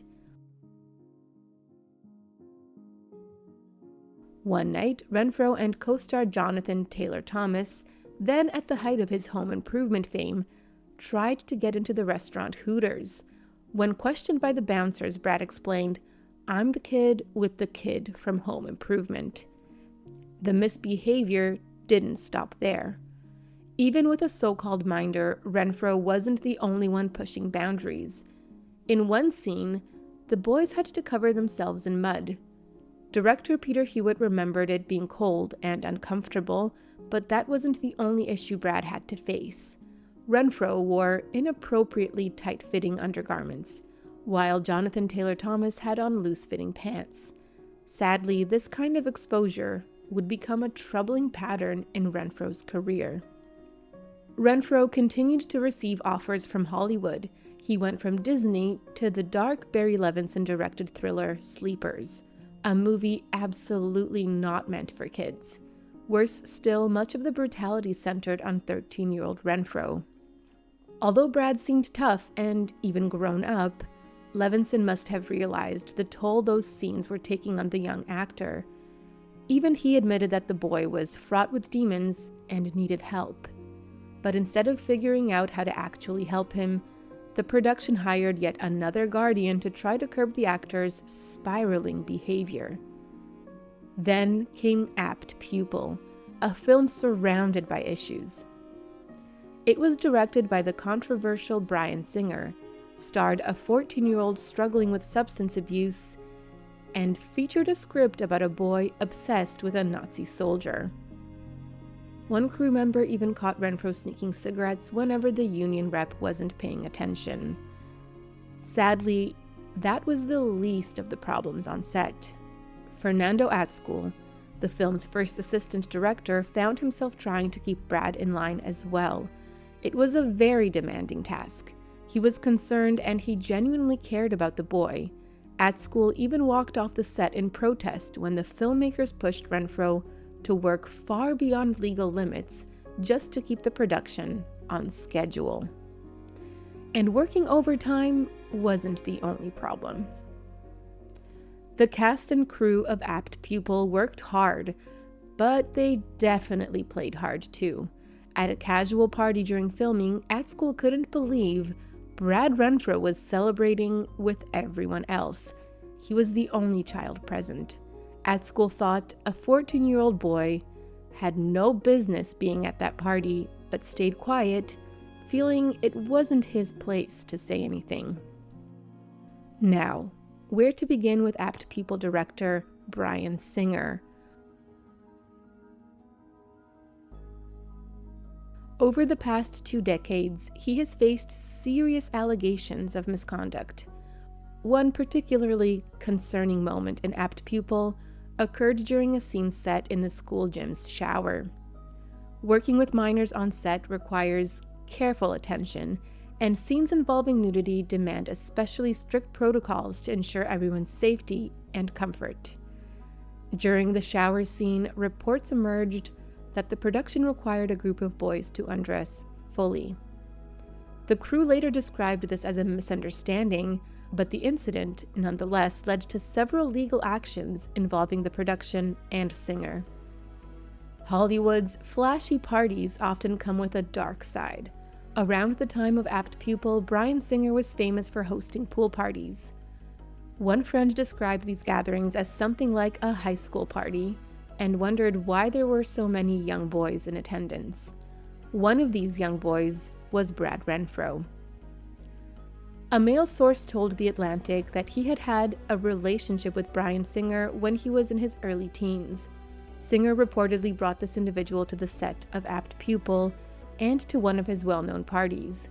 At the event, Singer, the 15-year-old source, and 15-year-old Brad Renfro were seen going upstairs together. The source stated that Brad was initially present but left before any inappropriate activity took place. According to The Atlantic, 2 sources said Singer often referred to Renfro as his boyfriend. After the party, the source and Renfro discussed what had happened and expressed hopes that these influential men might offer support or opportunities. After the demanding experience of filming Apt Pupil, it's understandable that Renfro wanted to relax. Having finished filming, with the movie still months away from release, Renfro returned home to Knoxville. One evening while driving with his 19-year-old cousin, they were suddenly stopped by police. Renfro was only 15 at the time of the traffic stop, and the situation was serious.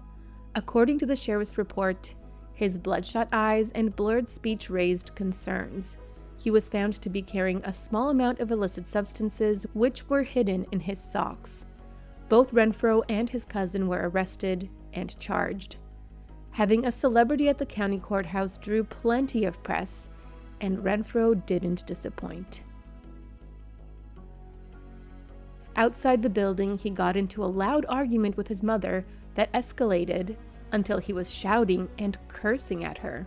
A journalist told Renfro he shouldn't talk to his mom that way. Renfro's response shocked everyone. He gave the journalists a rude gesture, then he turned back to his mother to continue his wild rant. And the reason for the fight was certainly not worth the anger or bad publicity. He was fighting with his mother over a lighter. That was just the beginning of many more run-ins with the law. While Apt Pupil was Renfro's last major studio film, his acting career wasn't over. In 2000, he signed on to play a troubled teen in Bully. Just before filming, director Larry Clark picked him up from his grandmother's house in Knoxville. Their plan was to drive to Florida for the shoot. But when Renfro stepped outside to meet Clark, the director couldn't believe what he saw. Brad Renfro was a far cry from the charismatic teen girls used to swoon over. Seeing Renfro's condition, Clark immediately worried the movie was doomed. How could this 18-year-old mess convincingly play a teenager when he looked about 35 years old? So Clark hatched a desperate, drastic plan. After spending a few days with Renfro in Knoxville, Clark decided it was time for his highly unorthodox move. He got Renfro into the car under false pretenses and sped off to Florida. During the grueling drive, Clark, a former addict himself, witnessed Renfro experience a truly terrible withdrawal. This nightmare road trip definitely wouldn't fly on a major studio movie. Once in Florida, Clark took Renfro to AA meetings and hired both a trainer and a minder. The director said, "I've been around a lot of addicts, and I remember thinking at the time, this is one of the worst cases I've ever seen." And somehow, despite all those efforts, things were about to get even worse. By now, Renfro was practically an expert at sneaking away from his minors. But during the filming of Bully, he went way beyond sneaking out. One night, he crawled out the second-floor window and vanished into the dark. The person hired to watch him had no idea he was gone. The night was still young, and Renfro was free at last. Naturally, his first move was to track down the illicit substances he was addicted to. Afterward, he and a friend headed to a marina where they decided it'd be a brilliant idea to hotwire a 45-foot yacht. Spoiler alert, things did not go as planned. Picture this. You're a boat owner peacefully asleep on your yacht, when at 3:40 a.m. you're suddenly jolted awake by a loud crash. That was the moment Brad Renfro and his buddy got the yacht started and sped off, only to realize they'd forgotten to untie the massive boat. Like something out of a cartoon, the yacht slammed back into the dock, tethered by its rope. The furious boat owners dragged Renfro and his friend off the yacht and held them until authorities showed up. Renfro was charged, and the film had to shut down for a day. But when he got out of jail, he somehow won the director over again. Clark said, "He was so good, you kind of forgave him for being a screw-up." It's rare for celebrity profiles to quote a star's grandmother, but a strange 2001 Details article included some haunting words. Renfro's grandmother said, "Brad's got to get that partying out of him. He's over 18 now. I've turned him loose. I'm not going to be here forever." Little did she know, she'd be around a lot longer than her troubled grandson. Over the next few years, Renfro kept landing roles, but also kept running into trouble. He was charged with probation violations, public drinking, possession, driving without a license, public intoxication, and DUI. But the most humiliating arrest came at the end of 2005. Struggles with addiction can lead people to desperate places. Brad Renfro was found in Los Angeles' Skid Row. His situation had become desperate. Unfortunately for him, law enforcement were conducting a sting operation in the area at the time. During the raid, authorities apprehended Renfro, and the Los Angeles Times ran a large photo of him handcuffed and looking disheveled on the front page. This was a stark reminder of the challenges he was facing. Renfro was ultimately sentenced to 3 years of probation, but overcoming his substance use issues proved to be an ongoing battle. In 2006, he served 10 days in jail on charges related to possession and driving under the influence.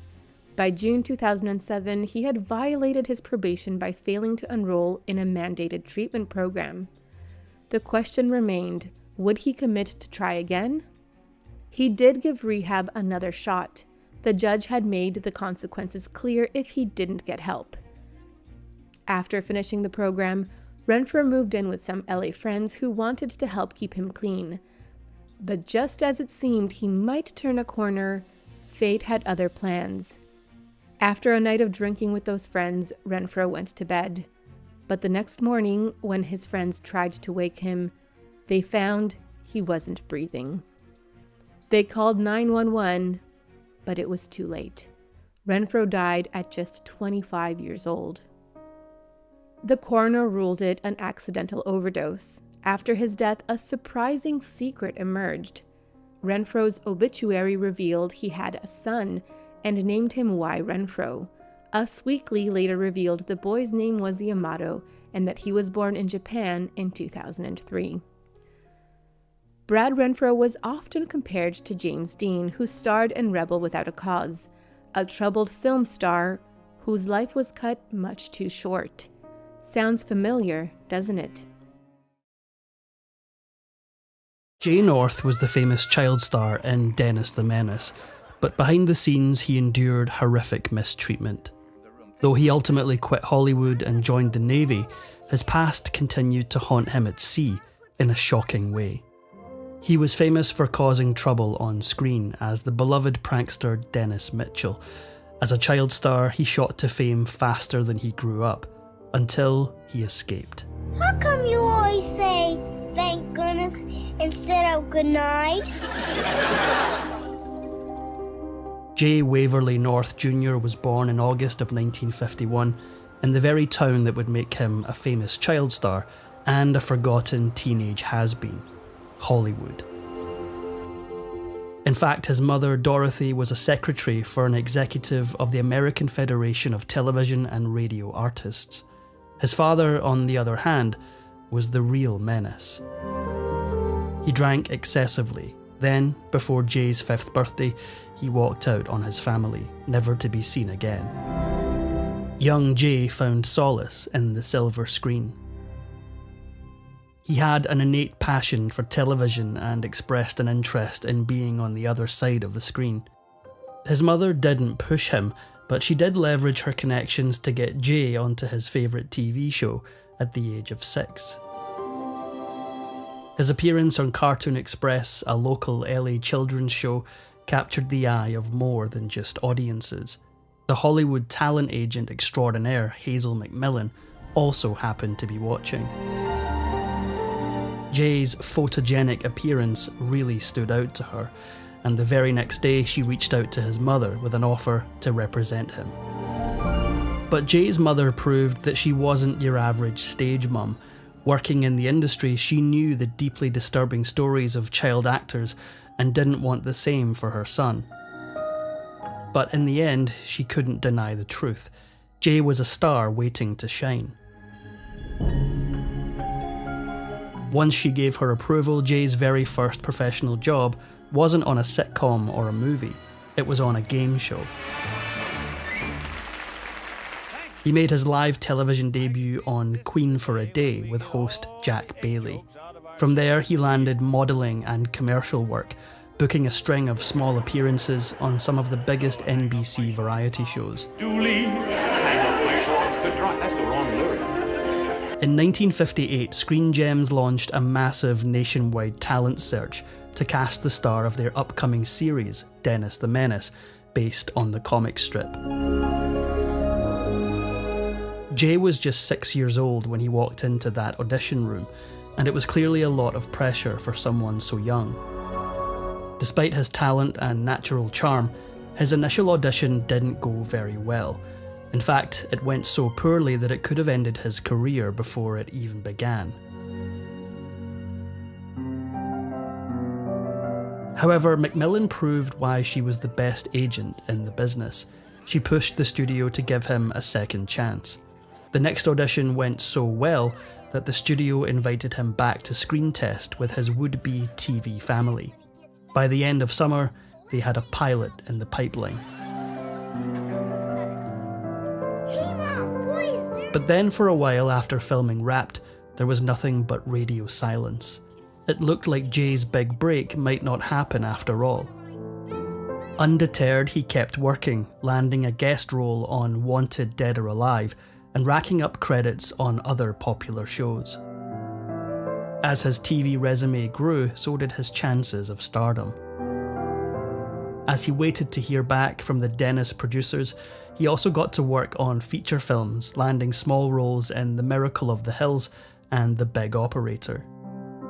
But it was early 1959 that delivered the real prize, confirmation that he would play the one and only Dennis Mitchell. Play with your electric train. I didn't get it. Jay already resembled Dennis from the comics, but that wasn't good enough for the network. The producers wanted total accuracy. As such, throughout the duration of the series, he had to bleach his strawberry blonde hair to the character-accurate platinum, requiring touch-ups every few weeks.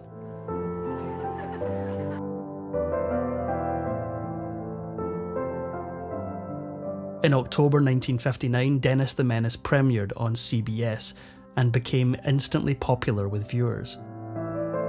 Audiences adored the mischievous kid with a heart of gold, and so did the network. At just 8 years old, Jay North was earning $500 per episode, the equivalent of more than $5,000 today. Contrary to the tragic tales of many child stars, Jay's mother didn't use her son's money. In fact, Dorothy never touched his earnings. Instead, she kept her full-time job at AFTRA and hired business managers to oversee Jay's income and investments. But while his mother didn't use him, other people did. While his mum focused on her full-time job, she appointed her sister Marie and brother-in-law Hal Hopper to act as Jay's on-set guardians. For Jay, being Dennis the Menace meant more than just pulling funny antics on set. On top of filming, he had to shill the show's sponsors in a slew of commercials. Then, often on weekends, he crisscrossed the country with the Hoppers to make promotional appearances. By the second season, Dennis the Menace was a full-blown cultural phenomenon. Sharing the ranks with the top 20 television shows of the time, it catapulted Jay to crossover fame. In later interviews, he revealed that the Hoppers maintained an iron grip behind the scenes. They didn't allow him to hang out with fellow child actors or crew members and forced him to eat meals isolated in his dressing room. Between 3 hours of on-set tutoring and endless work demands, Jay quickly began to buckle under the mounting pressure. It turns out, no amount of money was worth his childhood. By 1961, Dennis the Menace was entering its third season, and Jay's paycheck had ballooned almost as much as his fame had, reaching $2,500 an episode.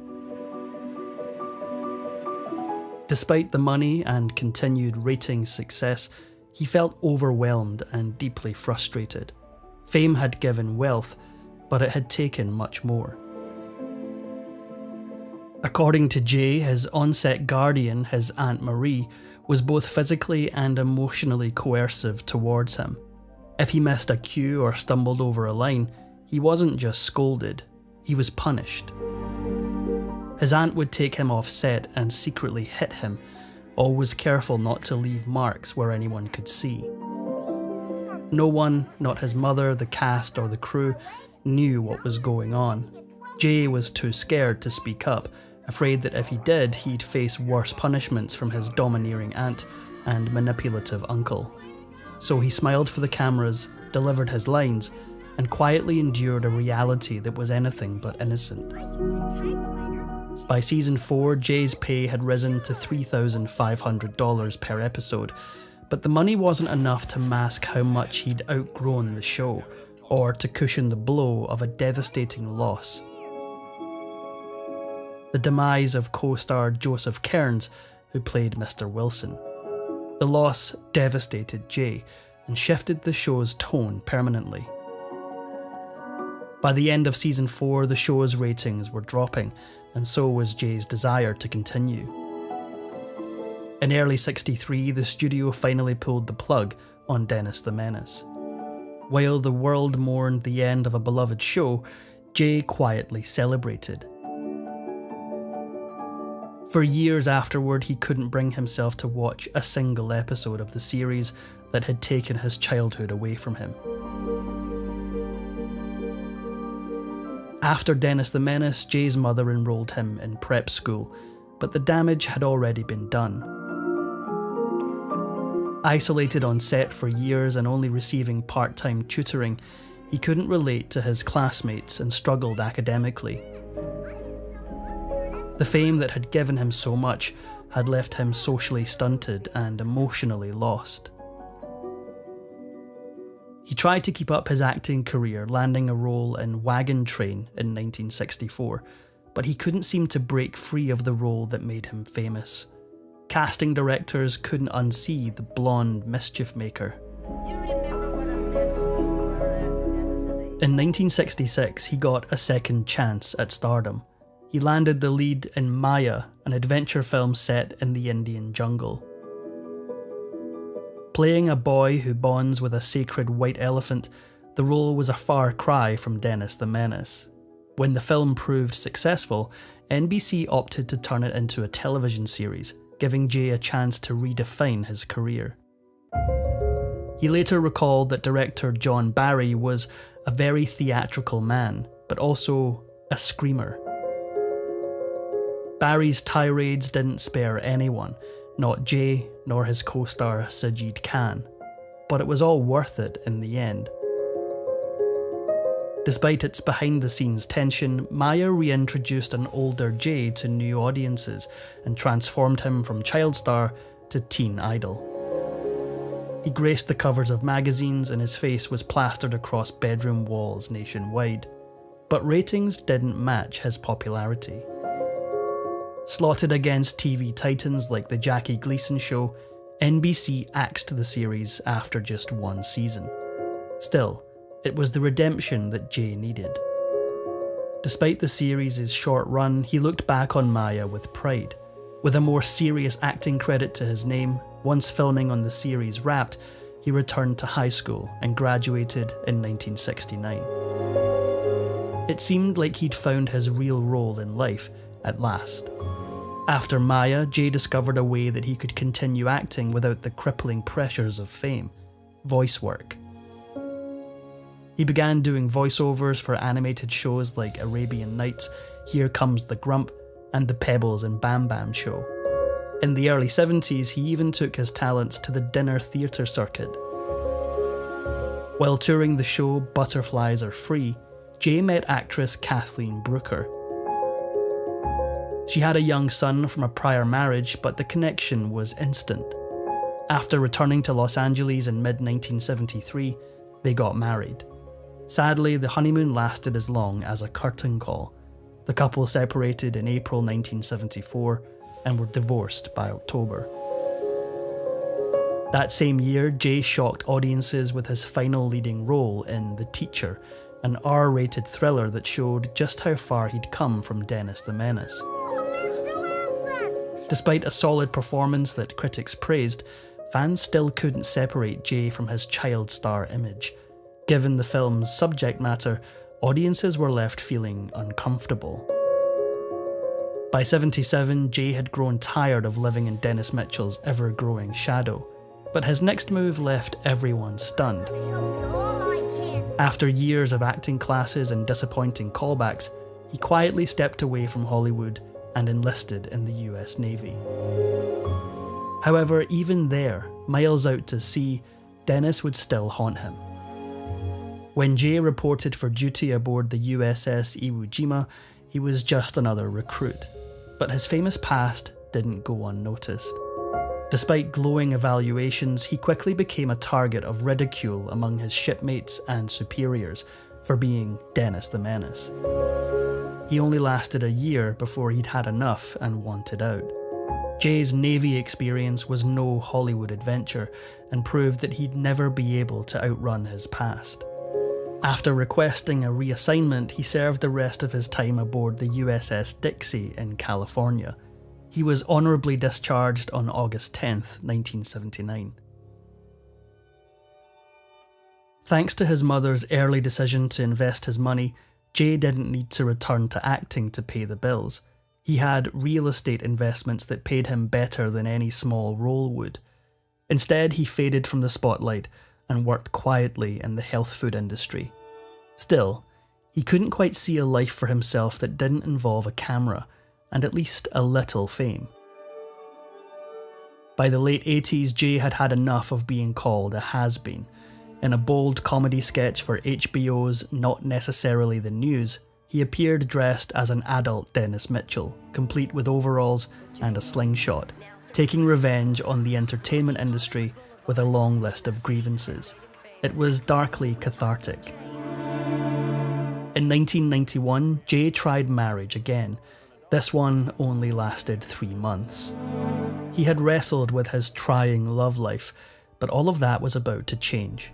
He met Cindy Hackney at a Gainesville charity event in 1992, and this time the connection stuck. A year later they married, and Jay moved to her hometown of Lake Butler, Florida. He also stepped into the new role of stepfather for Hackney's 3 daughters. Jay's move to Florida wasn't just about love, it was liberation. He knew the only way to escape the long shadow of Dennis Mitchell was to leave Hollywood behind, for good. When the 1993 Dennis the Menace movie came out, curious critics and film fans couldn't help but wonder, what happened to the original Dennis Mitchell? Rather than shy away from his past, Jay exposed it. For the first time, he publicly shared the truth about the mistreatment he'd endured as a child actor. By 1997, he was ready to face the past without fear. He started attending fan conventions and working with at-risk youth in Florida's juvenile justice system. As a correctional officer, he used his painful experiences to help kids on the edge.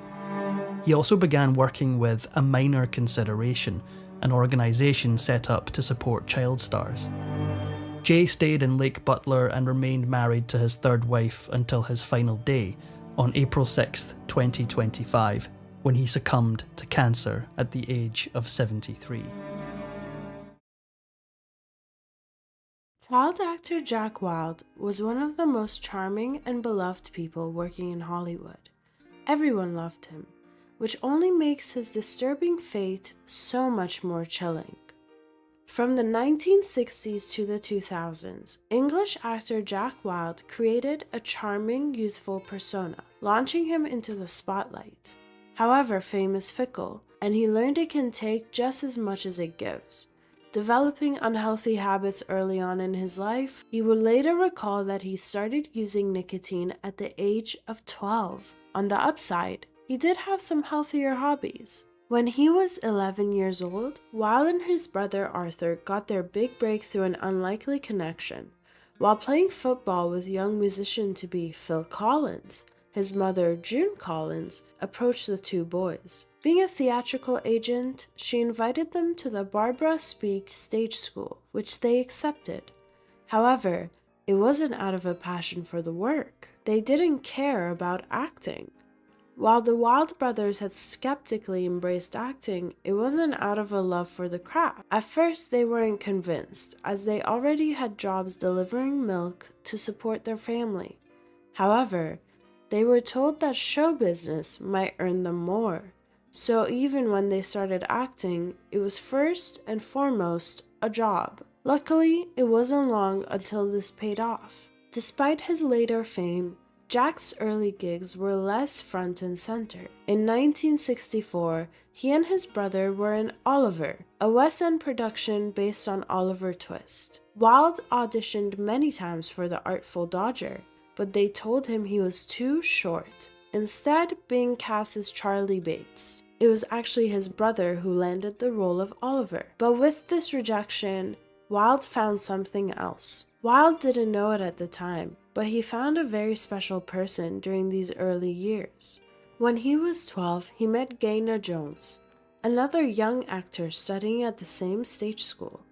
Although he left school 2 years later, he was lucky enough to meet her again in 1970, and they were happily married 6 years later. But by the time he said "I do," Wilde's career had exploded.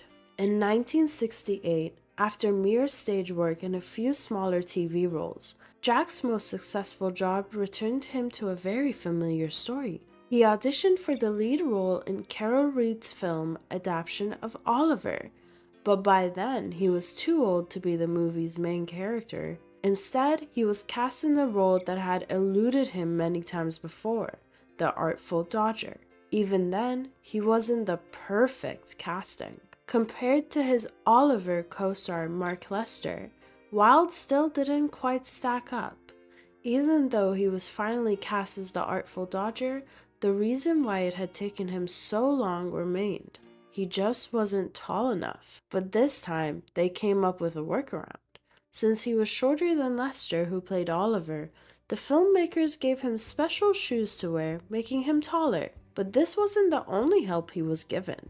Jack's Wilde's height could be an issue even off-screen. Like most productions, the actors had monogrammed chairs to use behind the scenes. However, Wilde was so small that the carpenters built a custom high chair with Dodger Jack printed across. Years later, Wilde's Willow, Claire Harding, brought the one-of-a-kind piece on Antiques Roadshow. As it turns out, this film kept on giving in many ways. As Oliver was Wilde's big break, it was also the beginning of his glowing reputation with his fellow actors. Even then, he was always seen as a charismatic and jovial person. The lead actor, Mark Lester, would talk about him endearingly and compare him to an older brother, a feeling that would endure throughout their lives, which of course only makes his fate all the more heartbreaking. Wilde had no problems creating long-lasting friendships with anyone. He found another enduring bond between himself and the actor who played Fagin in Oliver, Ron Moody. Reflecting on their closeness, Moody fondly revealed how they referred to each other by character name and compared him and Wilde to Laurel and Hardy. Even after the film was released, it was still rewarding. Following the release of Oliver, Wilde surprisingly received great acclaim despite not being the film's lead. He was nominated for 3 different awards, including an Oscar, and even though he didn't win any of them, he came back with something. Being 16 years old, he was the 4th youngest Best Supporting Actor nominee in history. Even before the ceremony started, he was feeling the love. With Oliver's worldwide fame, the US was ready for Wilde's arrival. Visiting LA for the Academy Awards, Wilde was pleasantly surprised by a significant honor. A billboard had been put up with the words, "Hollywood welcomes Jack Wilde," printed, but they didn't end up welcoming him quite as much as he would have liked.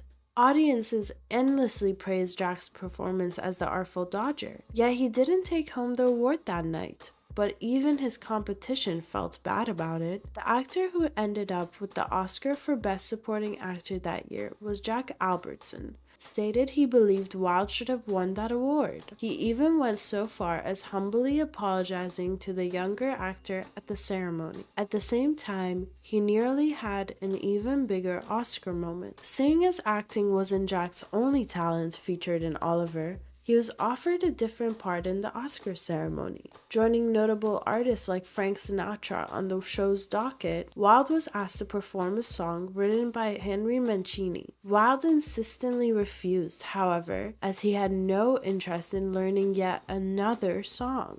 However, this wouldn't be his final moment in the spotlight. The siren song of Hollywood entranced Wilde, and he had no idea what he was getting himself into. In 1969, Jack starred in NBC's H.R. Pufnstuf, a magical series about a boy who arrives on a strange island. It ran for 1 season and spawned a film, but it also launched Wilde further into fame and wealth, and made his name popular in America. Still, this sort of role frustrated him for one reason. Throughout his career, Wilde grew irritated at what he felt was typecasting. Due to his youthful face and short stature, he kept getting offered to play young boys, even when he wasn't anymore. He later revealed that while the roles were fun, It peeved him when he got older and was 21 being offered the role of a 13-year-old. Thankfully, acting wasn't his only calling. Like many actors, Wilde took his range of skills in another direction. From 1970 to 1972, he partnered with Capitol Records and Buddha Records to start his career as a recording artist. In that time, he released 3 albums and 3 singles, with his song Some Beautiful being the most popular. He had made a name for himself in many ways. He was adored by many. By the mid-1970s, Jack Wilde was well known in his home country and the US.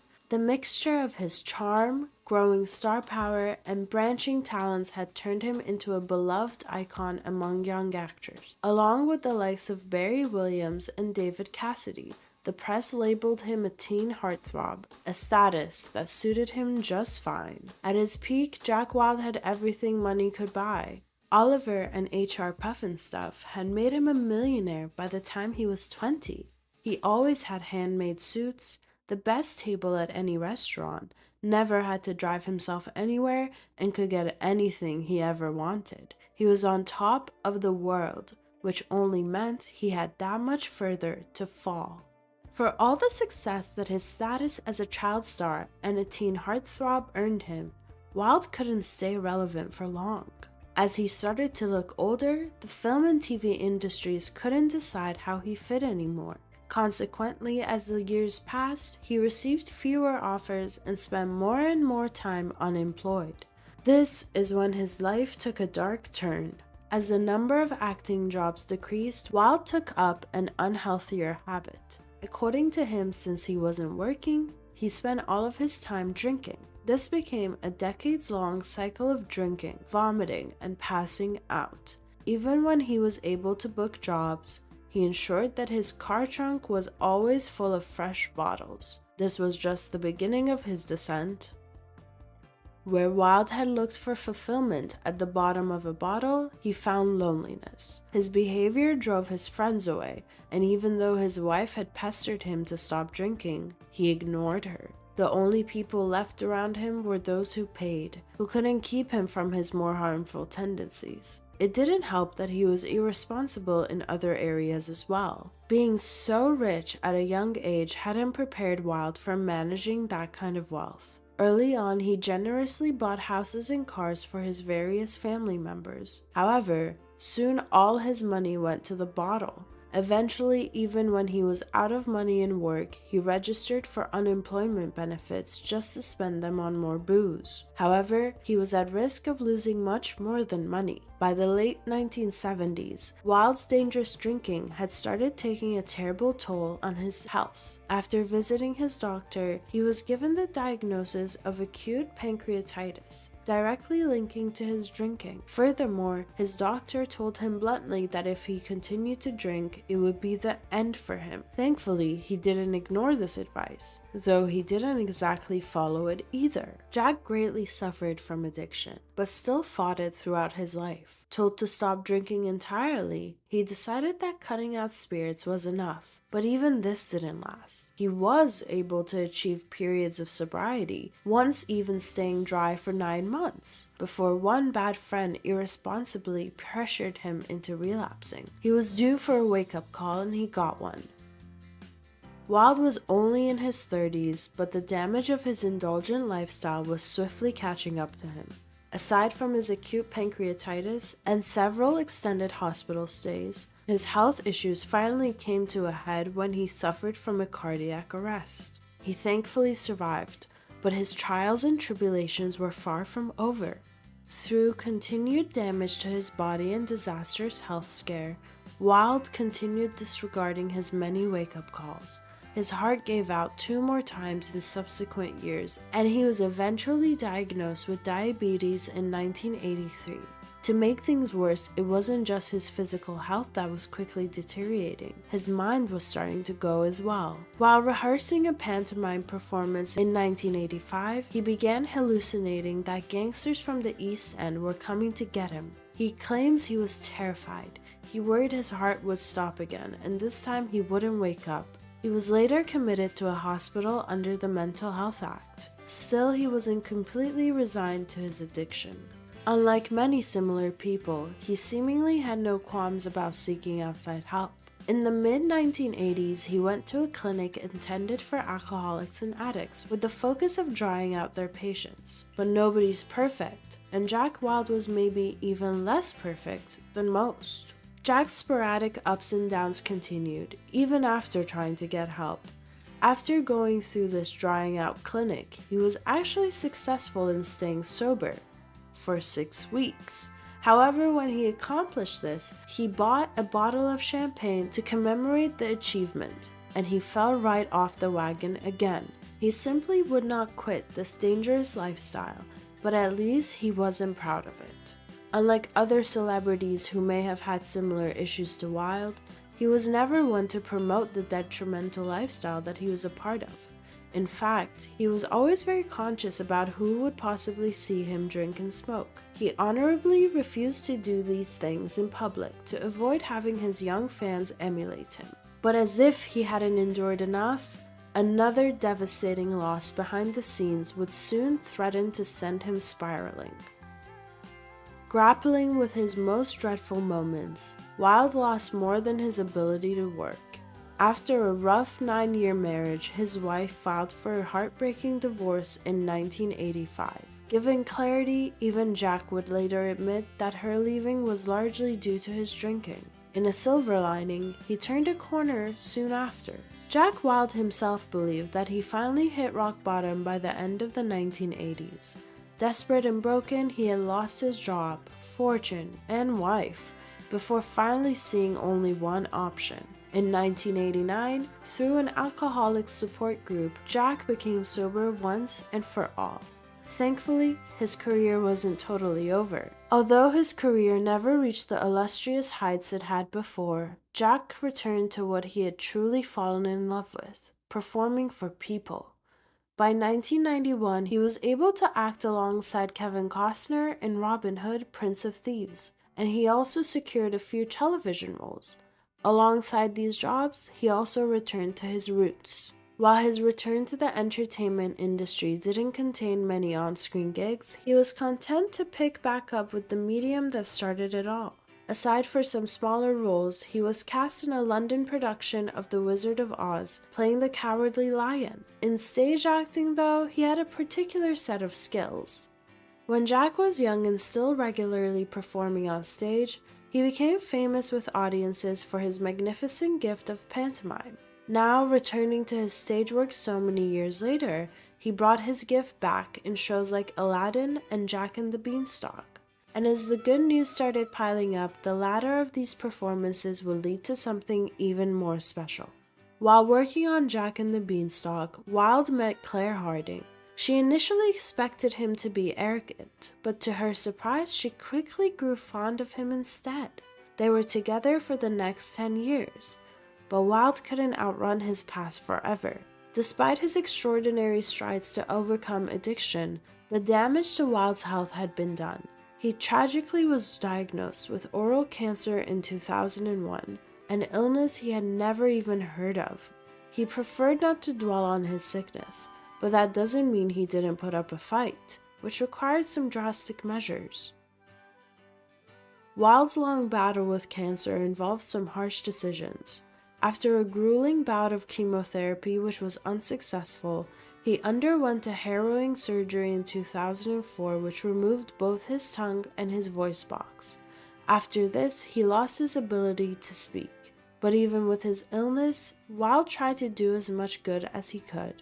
Wild didn't like to acknowledge his condition when it was up to him, and often didn't consider himself ill, but he was still affected by it. One of the more positive things to come out of his sickness was his support of others in similar dire situations, becoming an eager advocate for charity Cancer Research UK. Wild also never let his illness stop him from doing what he loved. Wild persevered and continued to perform for others, even in the later years of his horrible illness.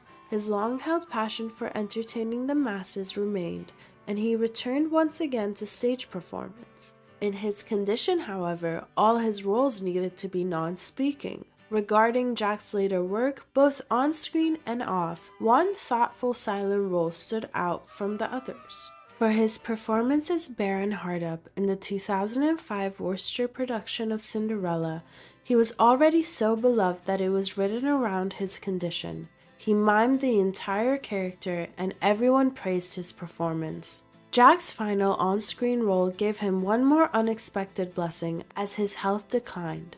In 2005, he was cast in a low-budget thriller, Moussaka and Chips. Still in a non-speaking role, Jack was joyfully reunited with a familiar face.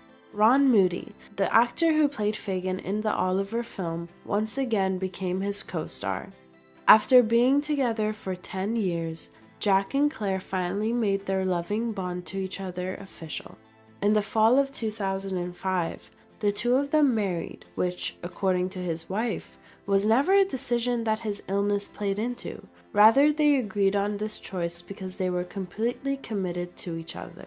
Near the end of his life, he reflected on his past and knew his heavy nicotine usage and drinking had regretfully created a path of inevitable destruction. Still, he didn't think it was preventable.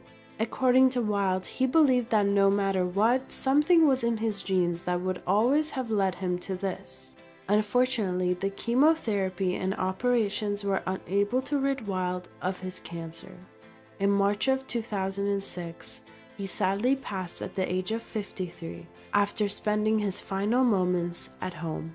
He is remembered by the many co-stars and family who loved him, and was given a tribute at the 79th Annual Academy Awards. Beloved in life, Jack Wilde significantly inspired those around him, and many who never even met him. While it's debated that this song was about Malcolm McPhee, many believe Wilde inspired the Morrissey song Little Man, What Now? The song illustrates the child star, specifically his large impact on audiences despite his obscurity. Aside from a desire to keep young people from copying his lifestyle, Jack adamantly cautioned others like him. In the early 2000s, he wrote to Daniel Radcliffe, who had just booked Harry Potter. In this heartfelt letter, he congratulated the young star and empathetically warned Radcliffe of making the same mistakes as him. But of course, every story has an end.